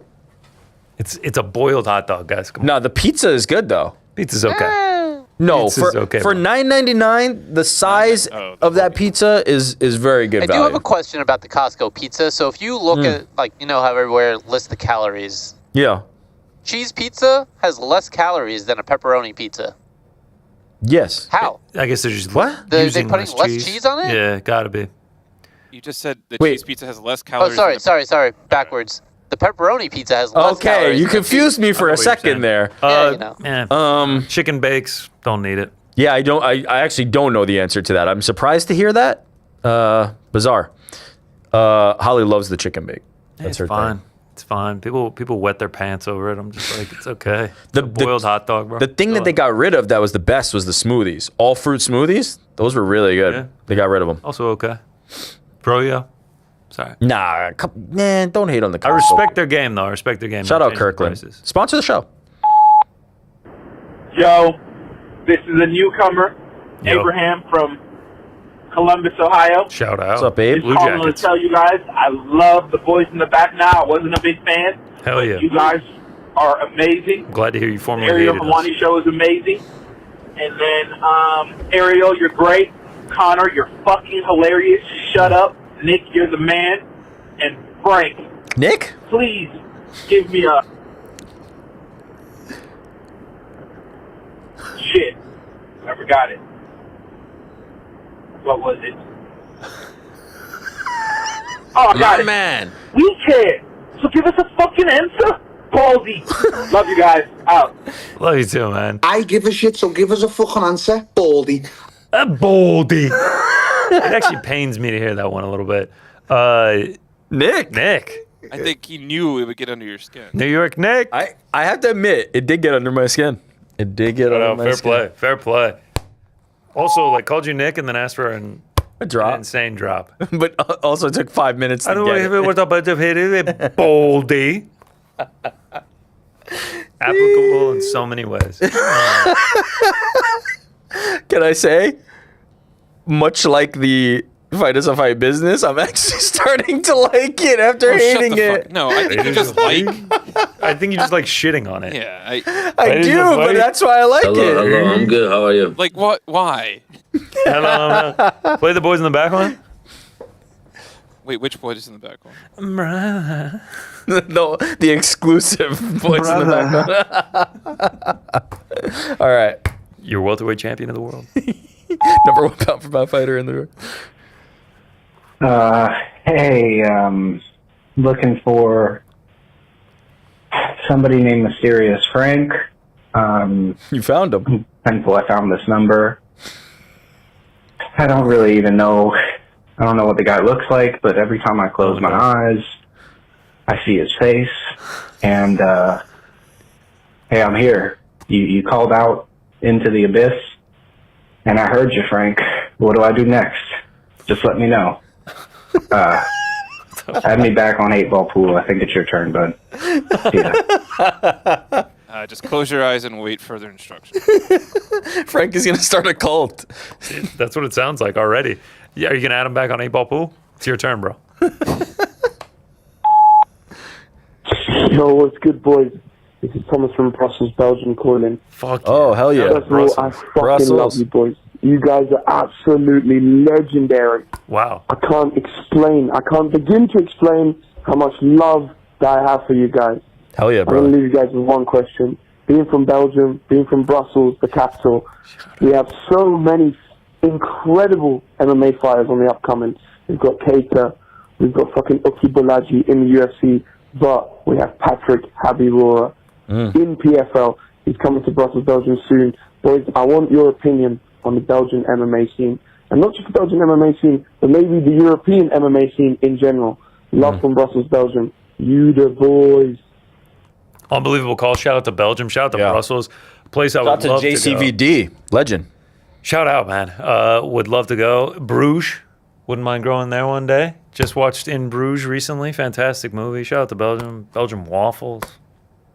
It's great stuff. The MMA scene, though. Yeah. I don't know enough about it to go specifically there, but I do feel like the European scene is quite healthy. I think the European scene is healthy, especially with the regional shows. Like you have like the Octagons and the KSWs and everything like that are just massive over there. Like they're selling out 60,000 seat arenas and everything like that. I think I saw a lot of people shitting on the Belgrade show for the UFC, and someone was like, "Yeah, here they are selling out a 30,000 seat arena. Imagine what they're going to do when the UFC comes. Like, just throw a couple Serbian guys on there, and they're going to show up for it." The appetite in Europe is so rabid. Like, you just love it. I don't have like enough to know about Belgium, but a couple of the guys you mentioned, like Balaji in the UFC is solid. I still have faith for Lucien Keita. Like he just got a tough debut against a guy in Nathaniel Wood, who's like a UFC vet that I think should be ranked. His nickname is literally Prospect Killer. He did that. Yeah, Lucien Keita. I think he still has a bunch ahead of him, but man, Habirora, like he's got that it factor. He has got that potential to be a massive star, not just a Belgian star, but a global superstar. The look, the skills. It's going to be interesting to see what he does with the PFL, and then if he eventually ends up in the UFC. I think that does speak to the strength of it, though. The fact that we even know Keita and Habirora, who are just breaking onto like the mainstream scene now speaks to the strength of that European scene. It's just hot right now. I mean, Hobby Roar is 25, bro. He's Yeah. only 8-0, 4-0 in the PFL. Like, let's say he fights Benson Henderson in a few weeks at Brussels, like he mentioned. Hopefully he's going to that show. That'd be sick. Yeah, I'm sure he is. He beats Benson Henderson. Like, obviously Benson Henderson is well over the hill, Yeah. but like that's at least a name. You're getting Massive a guy name. that he's main eventing as well. Man, if he has like 4 or 5 more fights in the PFL and is coming over to the UFC at like 14, 15-0 and just continues to build that star power. I mean, it sounds like the passion that he has, motherfuckers going to be going crazy inside that arena for the PFL that day. Well, the other thing about it is, and I think some of this is why like the U.S. fighters don't really get the support like this, is like we have so many fighters from here, right? There's so many fighters from Brazil. There's certain countries where it's like there are so many fighters that are successful at this high level. It's a lot easier for a country to get behind 2-3 guys that are just like, these are our guys. Or even in some cases, it's like a one, right? Where it's like, this is our guy. We're going to back him. I feel like these guys are like Hobby Rora could be a megastar if he can kind of just, continue to have the success he's having. So yeah, shout out to Brussels. Appreciate Shout the out call, to- man. yeah. Appreciate you listening, brother. Means a lot. It's incredible to hear these different countries. We got, Adam from Amsterdam, obviously all the Aussies and UK people calling in, but it's always cool to hear a place like Belgium. We love you too, Americans. Don't forget. We love you course. too. I mean, that's and Canadians. A lot that's of Canadians. that's the bread and butter. That's the blood right there. Hey, what's up, boys? It's Doxy calling from Florida. I just have a quick story about meeting Tito Ortiz over the last a couple weekends ago. We went to his new restaurant he opened up at Cape Coral called Tito's Cantina. Shout out Tito's and Cantina. I had no worries that he was going to be there. I didn't think he was going to be there at all. My wife was like, no, he's going to be there. It's his restaurant. Why wouldn't he be? So we Why pull wouldn't up, he? and the Grand first opening? thing my buddy notices is No, I this think it's white been and open for gold Rolls Royce parked right up front. Tito's And got it's it sure like as that? shit. We walk up to the front, and Tito Ortiz is standing at the front door. I'm not going to lie, I fanboyed out and shook his hand. That man is huge.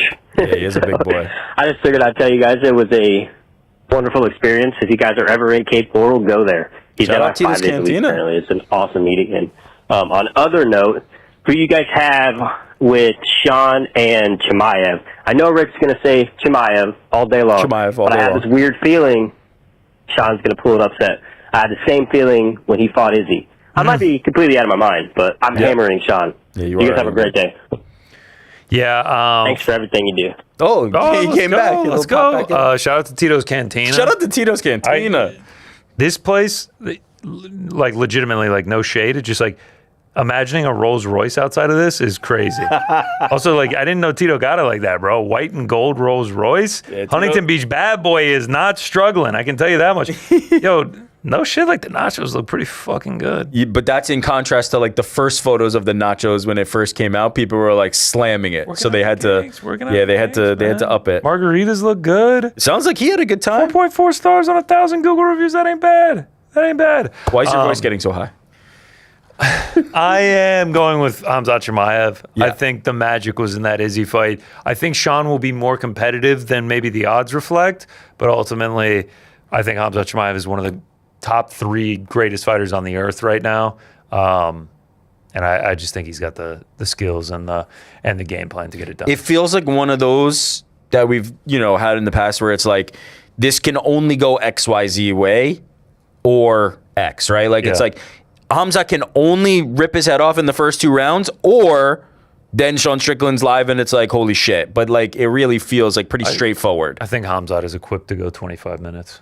Yeah, I mean he showed it against DDP, so maybe you're right. We know Sean is, but like I don't think Hamzat is as dead if he doesn't get a finish in the first round. Yeah, that was a very prevalent narrative for a while, and then it was just like either way, the build to it is going to be electric. It's going to be crazy. It's going to get problematic at times. Yeah, it's going to get problematic. It's going to get nasty. I was actually with some people last night that have no inkling of even ever thinking about watching the UFC. And they were just like, oh, how'd your day at work go? I was like, oh, it was pretty good. Like, Chael canceled like right before the show started. Unfortunately, he was sick. So we had to do like 45 minutes just like talking about Sean Strickland. They were like, oh, like what happened? Like, who's that? I was just like, oh, well, he called like his opponent, Hamzat Chimaev, like a go-fucker. And like he said he was going to shoot him in the face if he pulled up on him. And then like he called his boss like a sociopath and like, just normal everyday stuff. And they were like, what are you talking about, dude? And I like actually laid out everything Strickland said about Chimaev, and they were like, and like this just like leaked out, and I was like, no, he said it like in like a whole press mob, like on camera to like 17 microphones, and they were just dumbfounded. And then one guy in the corner is like, I work at JP Morgan, I get it. I've heard worse. I've heard worse. Yeah. The lone wolf sitting in the corner sipping on a whiskey being like, that's nothing. It's like my JP Morgan You don't days. even know what I've seen. Oh, shit. Yeah, shout out. It's going to be great. What's up, boys? Big B here. What's up, Big B? Big B. Listen, first of all, listening. Shout out to Texas. Okay. Ryan Span from Beaumont, the man, the myth, the mysterious legend, Frank from Houston. Yeah. Myself from Dallas.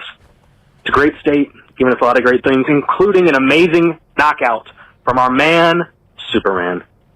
Speaking of, Frank, did you catch that they played President after his knockout on the broadcast? Listen, I know you're not a fan of metalcore.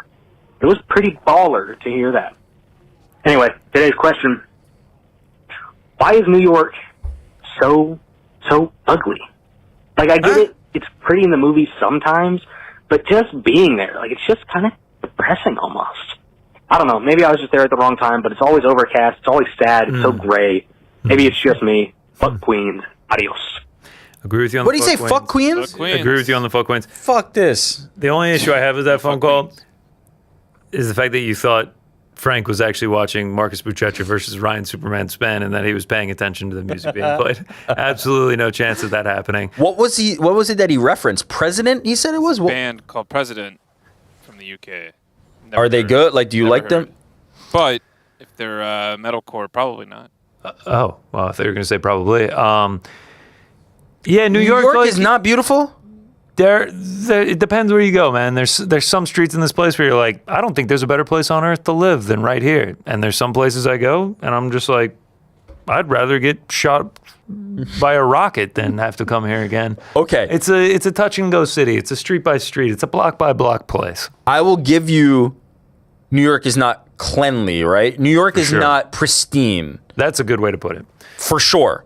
But I mean, but not beautiful. Like if the lights go out in New York and you're anywhere in the city that you can see the skyline, or even on the outer boroughs, like you're in Brooklyn or Queens and you can see the skyline, like there ain't no way you're not feeling like it's the best place in the world.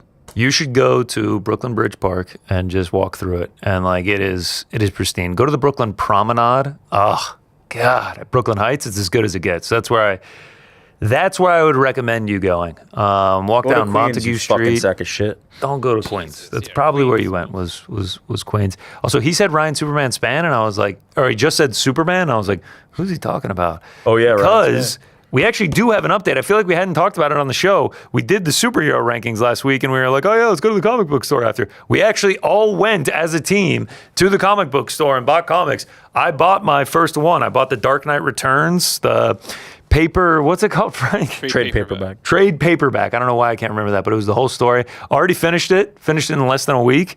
It was fantastic. It was great. I can't wait to start the long lost Halloween or whatever. But I'm in on comics. Long lost Halloween. You know, the Bat fella. Yeah, I am in on comics. I enjoyed it way more.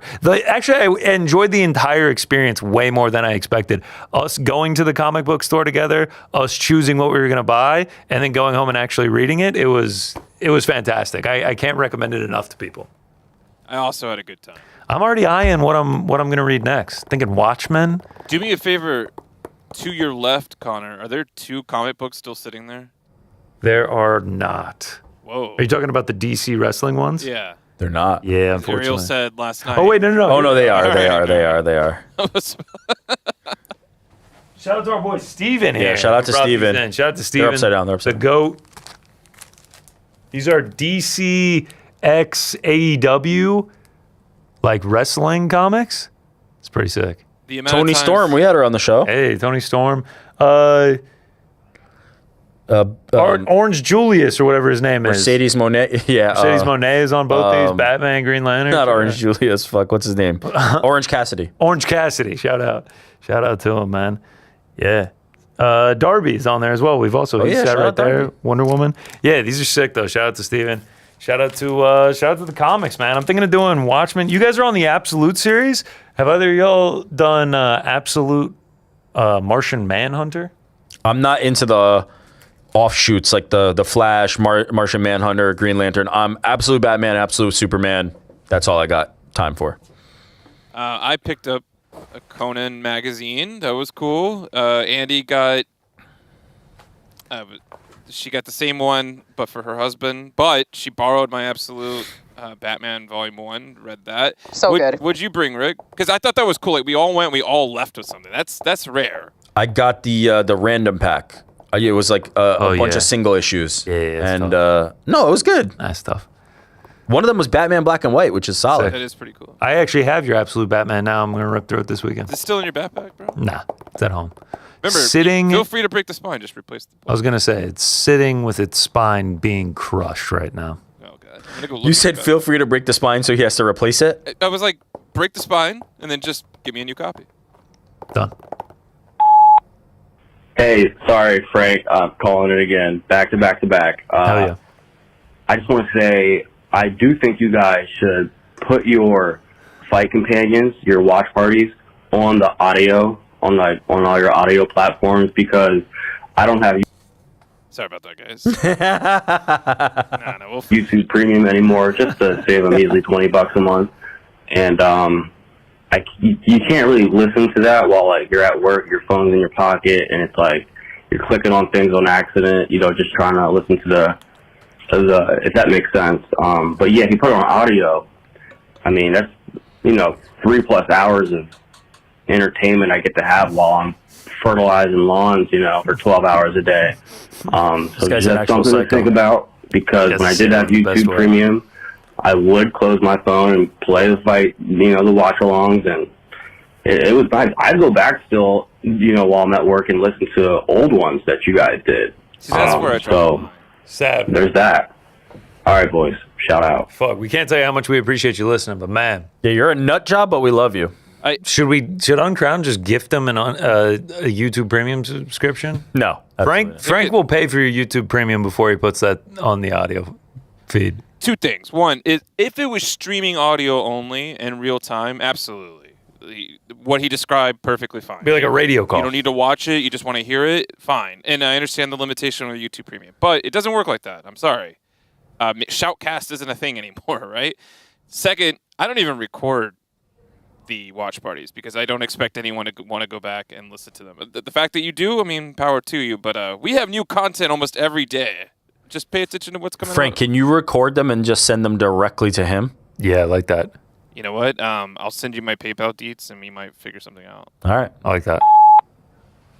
Hey boys, it's Marissa. 2 notes. One, I can't believe nobody mentioned Captain Underpants as one of their favorite superheroes. Wow. Shout out to That's Captain crazy. Underpants. Did you read those? 2, When I was growing the up. guy that called in saying he didn't know what BITB was, when you call, it literally leaves a message saying we're the boys in the back. So I call bullshit. True. Fair to play. call bullshit Great call. on that. Yep. Great call. Yo, what's up, boys? Jake from Pensacola. What's up, Jake? I just listened to the episode where GC was talking about how much it grosses him out when people are eating, like, full meals on a plane. Hell yeah. And I am very similar. I do not care for it at all. I have a story for you as well. Last year, I was on a flight to Orlando, which from Pensacola, barely an hour and a half flight. It is 6 a.m., and I boarded the plane. I'm in the very back row. I've got the aisle seat. There is a lady sitting at the window seat, empty seat in the middle. Plane's starting to fill up. I see this woman board the plane holding a to-go box of food. She sits down like nowhere near me, like a decent bit further up in the plane. A few minutes go by. I see one of the flight attendants talking to her about something, and she gets up and walks to the very back of the plane, looks around, and just sits directly in between me and the other lady for some reason. No. And I just get a massive whiff of barbecue wings. Oh, fuck, man. So I sit there and 6 just a.m. kind of close my eyes and just try to fall asleep. wings. Like I'm a plane sleeper. Yeah. So I'm just going to try and just sleep through this one, and it's just not working out for me. I'm smelling the wings way too much. So I open my eyes a few minutes later, And again, plane hasn't taken off yet. 6 in the morning. The to-go box is gone. Somehow just vanished. She is holding all of the wings in a pile in the palm of her left hand. Stop. And is eating them with her right hand. No napkin, just kind of wedging the bones back in the pile when she's done. And I can barely even process what my eyes are seeing. Like, I'm in a state of disbelief that this is even happening to me. This is like, a nightmare scenario. like right next to me on a crowded plane. And she just crushes them all. I'm pretty sure before the plane even takes off. But yeah, I heard GC's stories. I was unfortunately relating to them a little too much, but that's it. Love you, boys. Peace. Love you too, brother. What are you doing in that scenario? She's got the handful. Is it rude of me to say this is what you get for flying from Pensacola to Orlando? It's just like, fuck, man, that is insane. Yeah, take a car. I'm not even gonna lie. I get a little bit grossed out when people are crushing food on the subway. I'm like, dude, you had to get all the way down here, and like it's just dirty, and your hands are Subway nasty. or plane worse? Actually, in my opinion, Subway. Yeah, I agree. It's filthy down there. It's nasty down there. Yeah. Dude.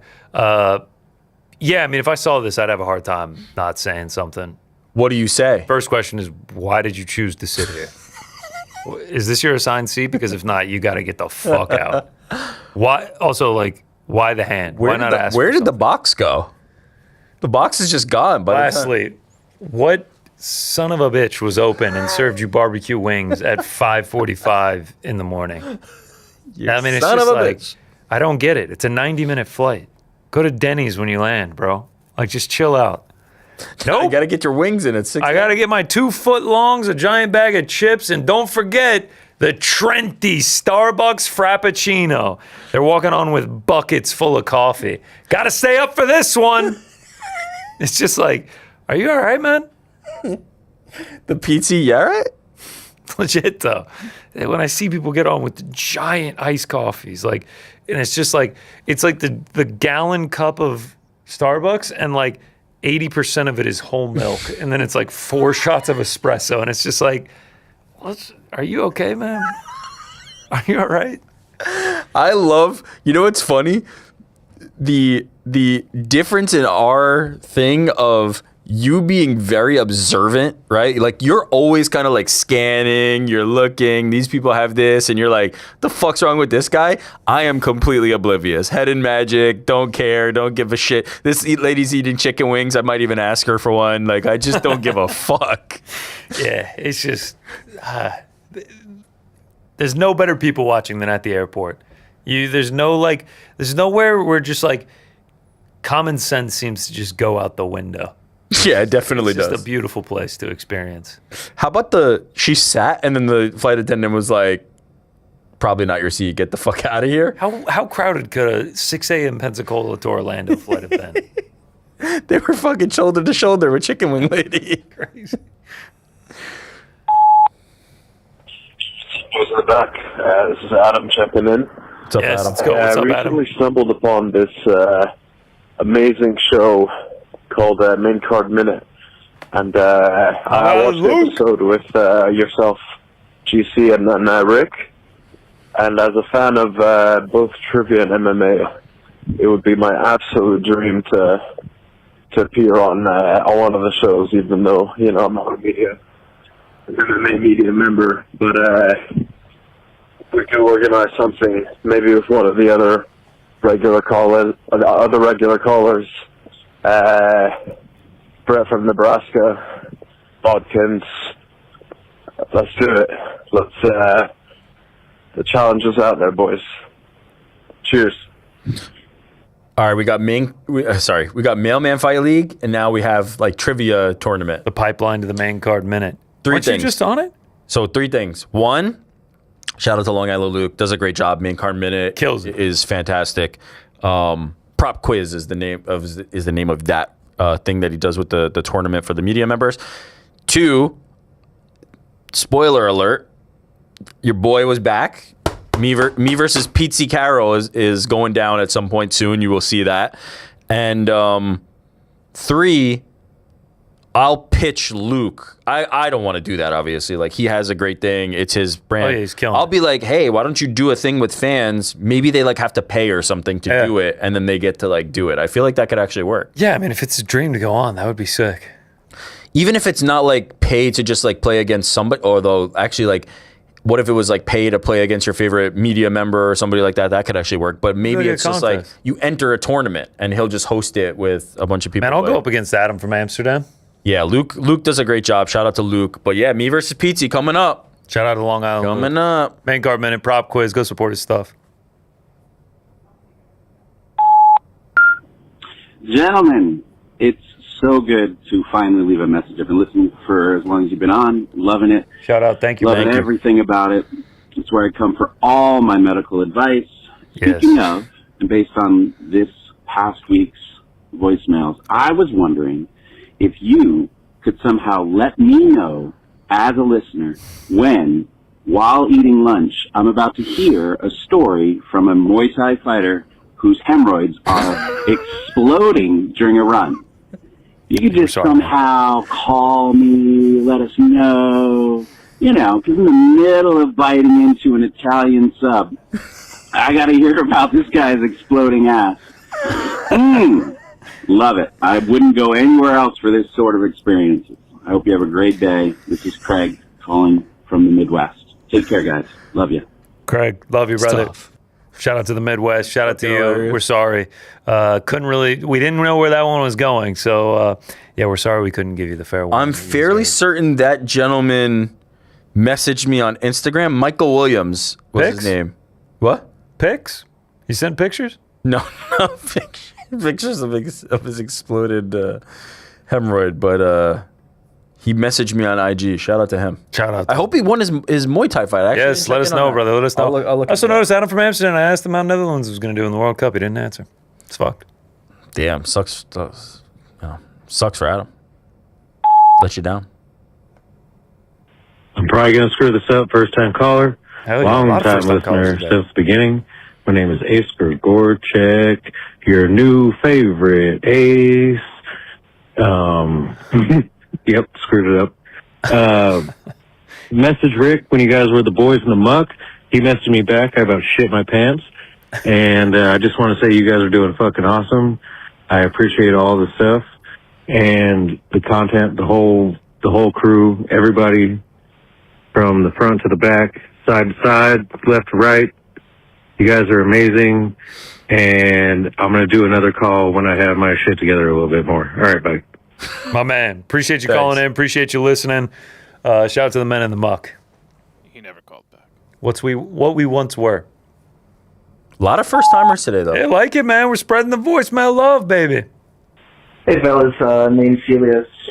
Thank you, GC, for reading my review the other week. I really appreciated it. Appreciate you leaving a review, just a fun little question. I moved to a new city. I've been hosting parties, trying to build a community here. All positive vibes. Curious, what, in your opinion, nukes or breaks a party or get there? Like if something, you're having a good time and just something just takes you out of it and you're like, damn, that sucks. Personally, when somebody, somebody whipped out the board game, when we're all just hanging out, a couple drinks, just having a nice conversation, you'll see somebody reach for their backpack and you're like, oh, here we go. I have to sit here, get my buzz killed while this guy reads a bunch of rules off a piece of paper. Thank you. And yeah, I'll talk to y'all later. Hating on the board game. Frank, that felt like a direct shot at you, man. Wow. Speechless. He went deaf. Frank, we have to take him out back. He's deaf. What'd you ask me? I'm sorry. Jordan was talking to me. Are you actually being Frank serious? is asking me questions. This dude just shit all over board games. Yeah, I'm glad I missed it. Whoa. Was there a bathroom available for him? For who? I mean, shit on it. Oh, okay. Sorry. What's a party starter or ruiner for you? Well, he mentioned the board games. That feels like a starter more. Back in high school and college, there were a couple friends I had that, drinks start flowing. They pull out the guitar. Oh, no. That's the auto. I'm just like, God damn it, what is this? Were they any good? not good enough to play. Not good enough to whip it out and start playing. I was What like, game was it? huh? What game? Frank, man, are you actually going deaf? Turn the fucking ears on. Guitar. I hate when that happens. Did they play Wonderwall? I can't even remember, man. I had to black it out.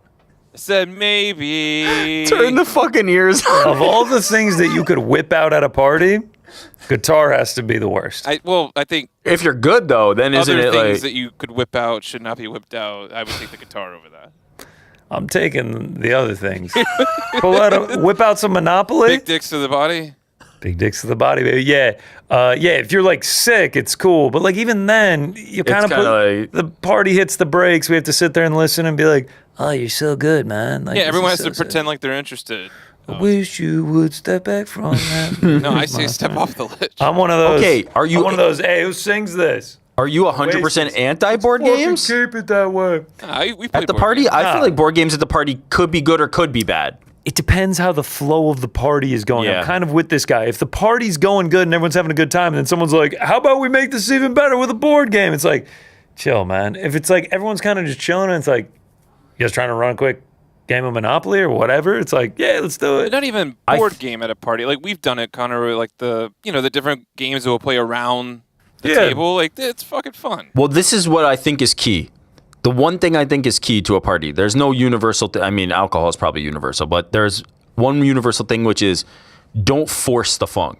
For sure. If this party has like everybody's gathered around and going crazy, let it be that. If this party has like these people are in this corner, these people are in this corner, they're doing their own thing, let that be that. Don't try and then be like, let's all get together and do this thing. Don't change the flow. Let the vibe kind of like happen. Eat strippers and blow. Huh? And you don't, Frank? Not at all. Don't force the fun and don't force the funk either. You know? Yeah. Yeah, no funky. Well, unless it's Funk Harbor, force that on everybody. Maybe not force it on everyone, but you know. A little aggressive, Jordan. Cannons like these? What's next, Frank? We still have to laugh this off. What's up, boys? What's up, bro? Is this a guy taking a piss?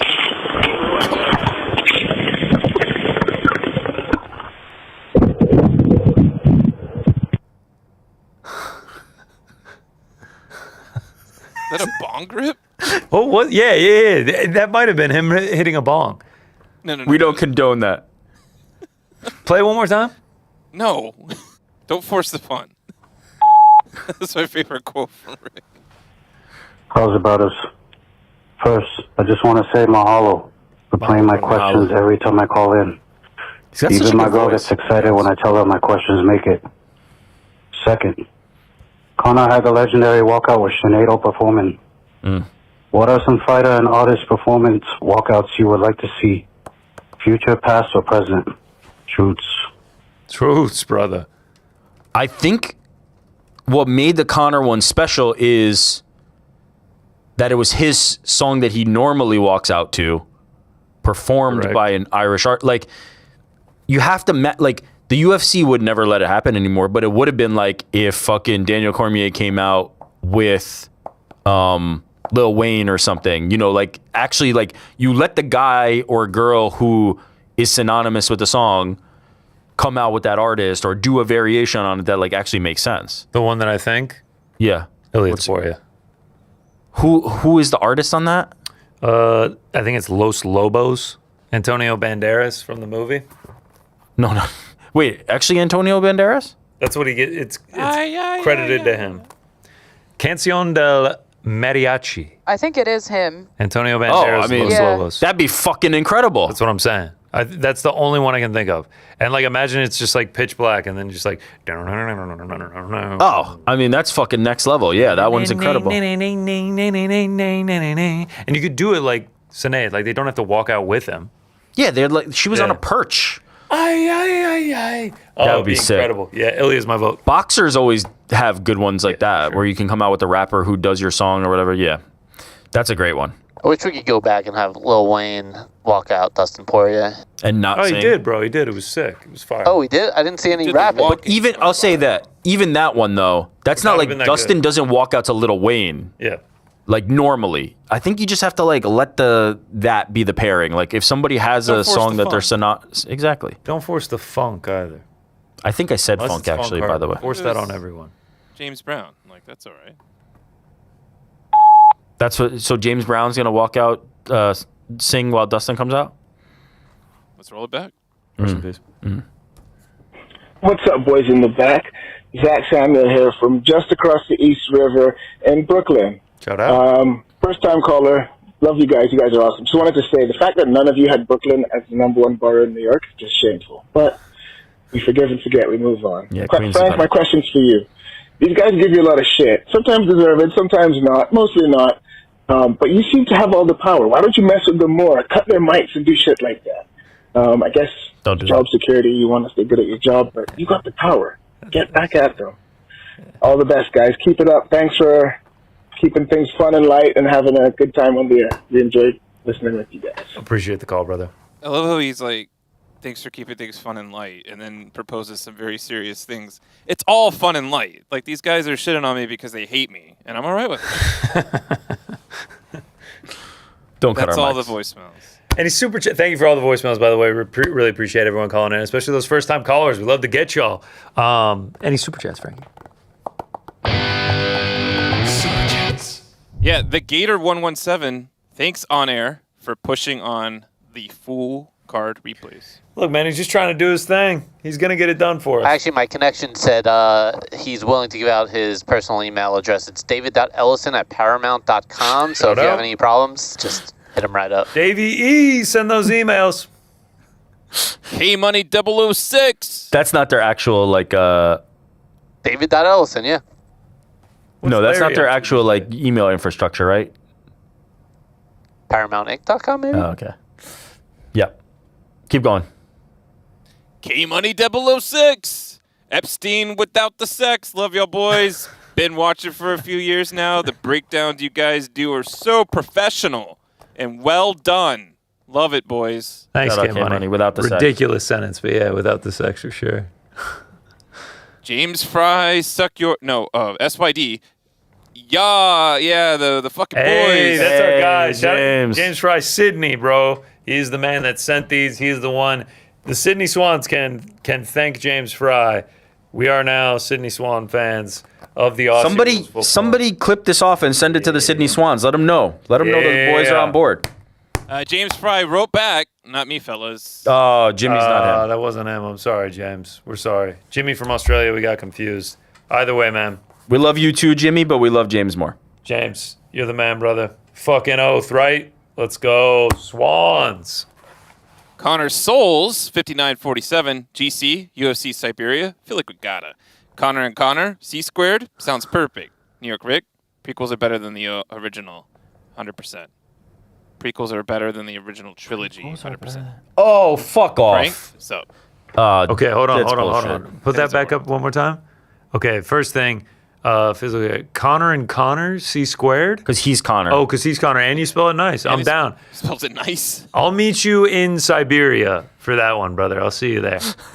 Belgrade, Siberia. Well, when is Siberia getting announced?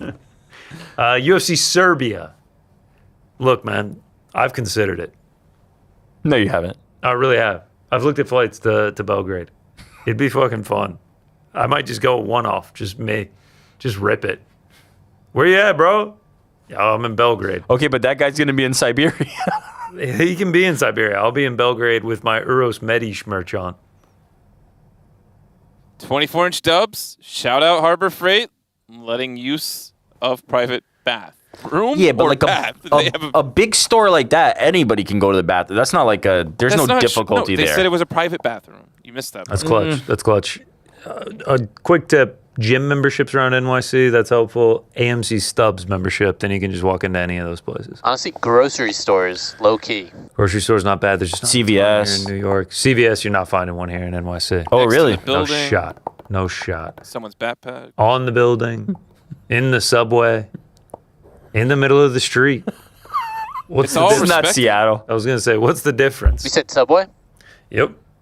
Not Subway Eat fresh. sandwiches on the train. Hot and fresh. Eat fresh, baby. No, that's what you're eating is the shit. Yep. Wow.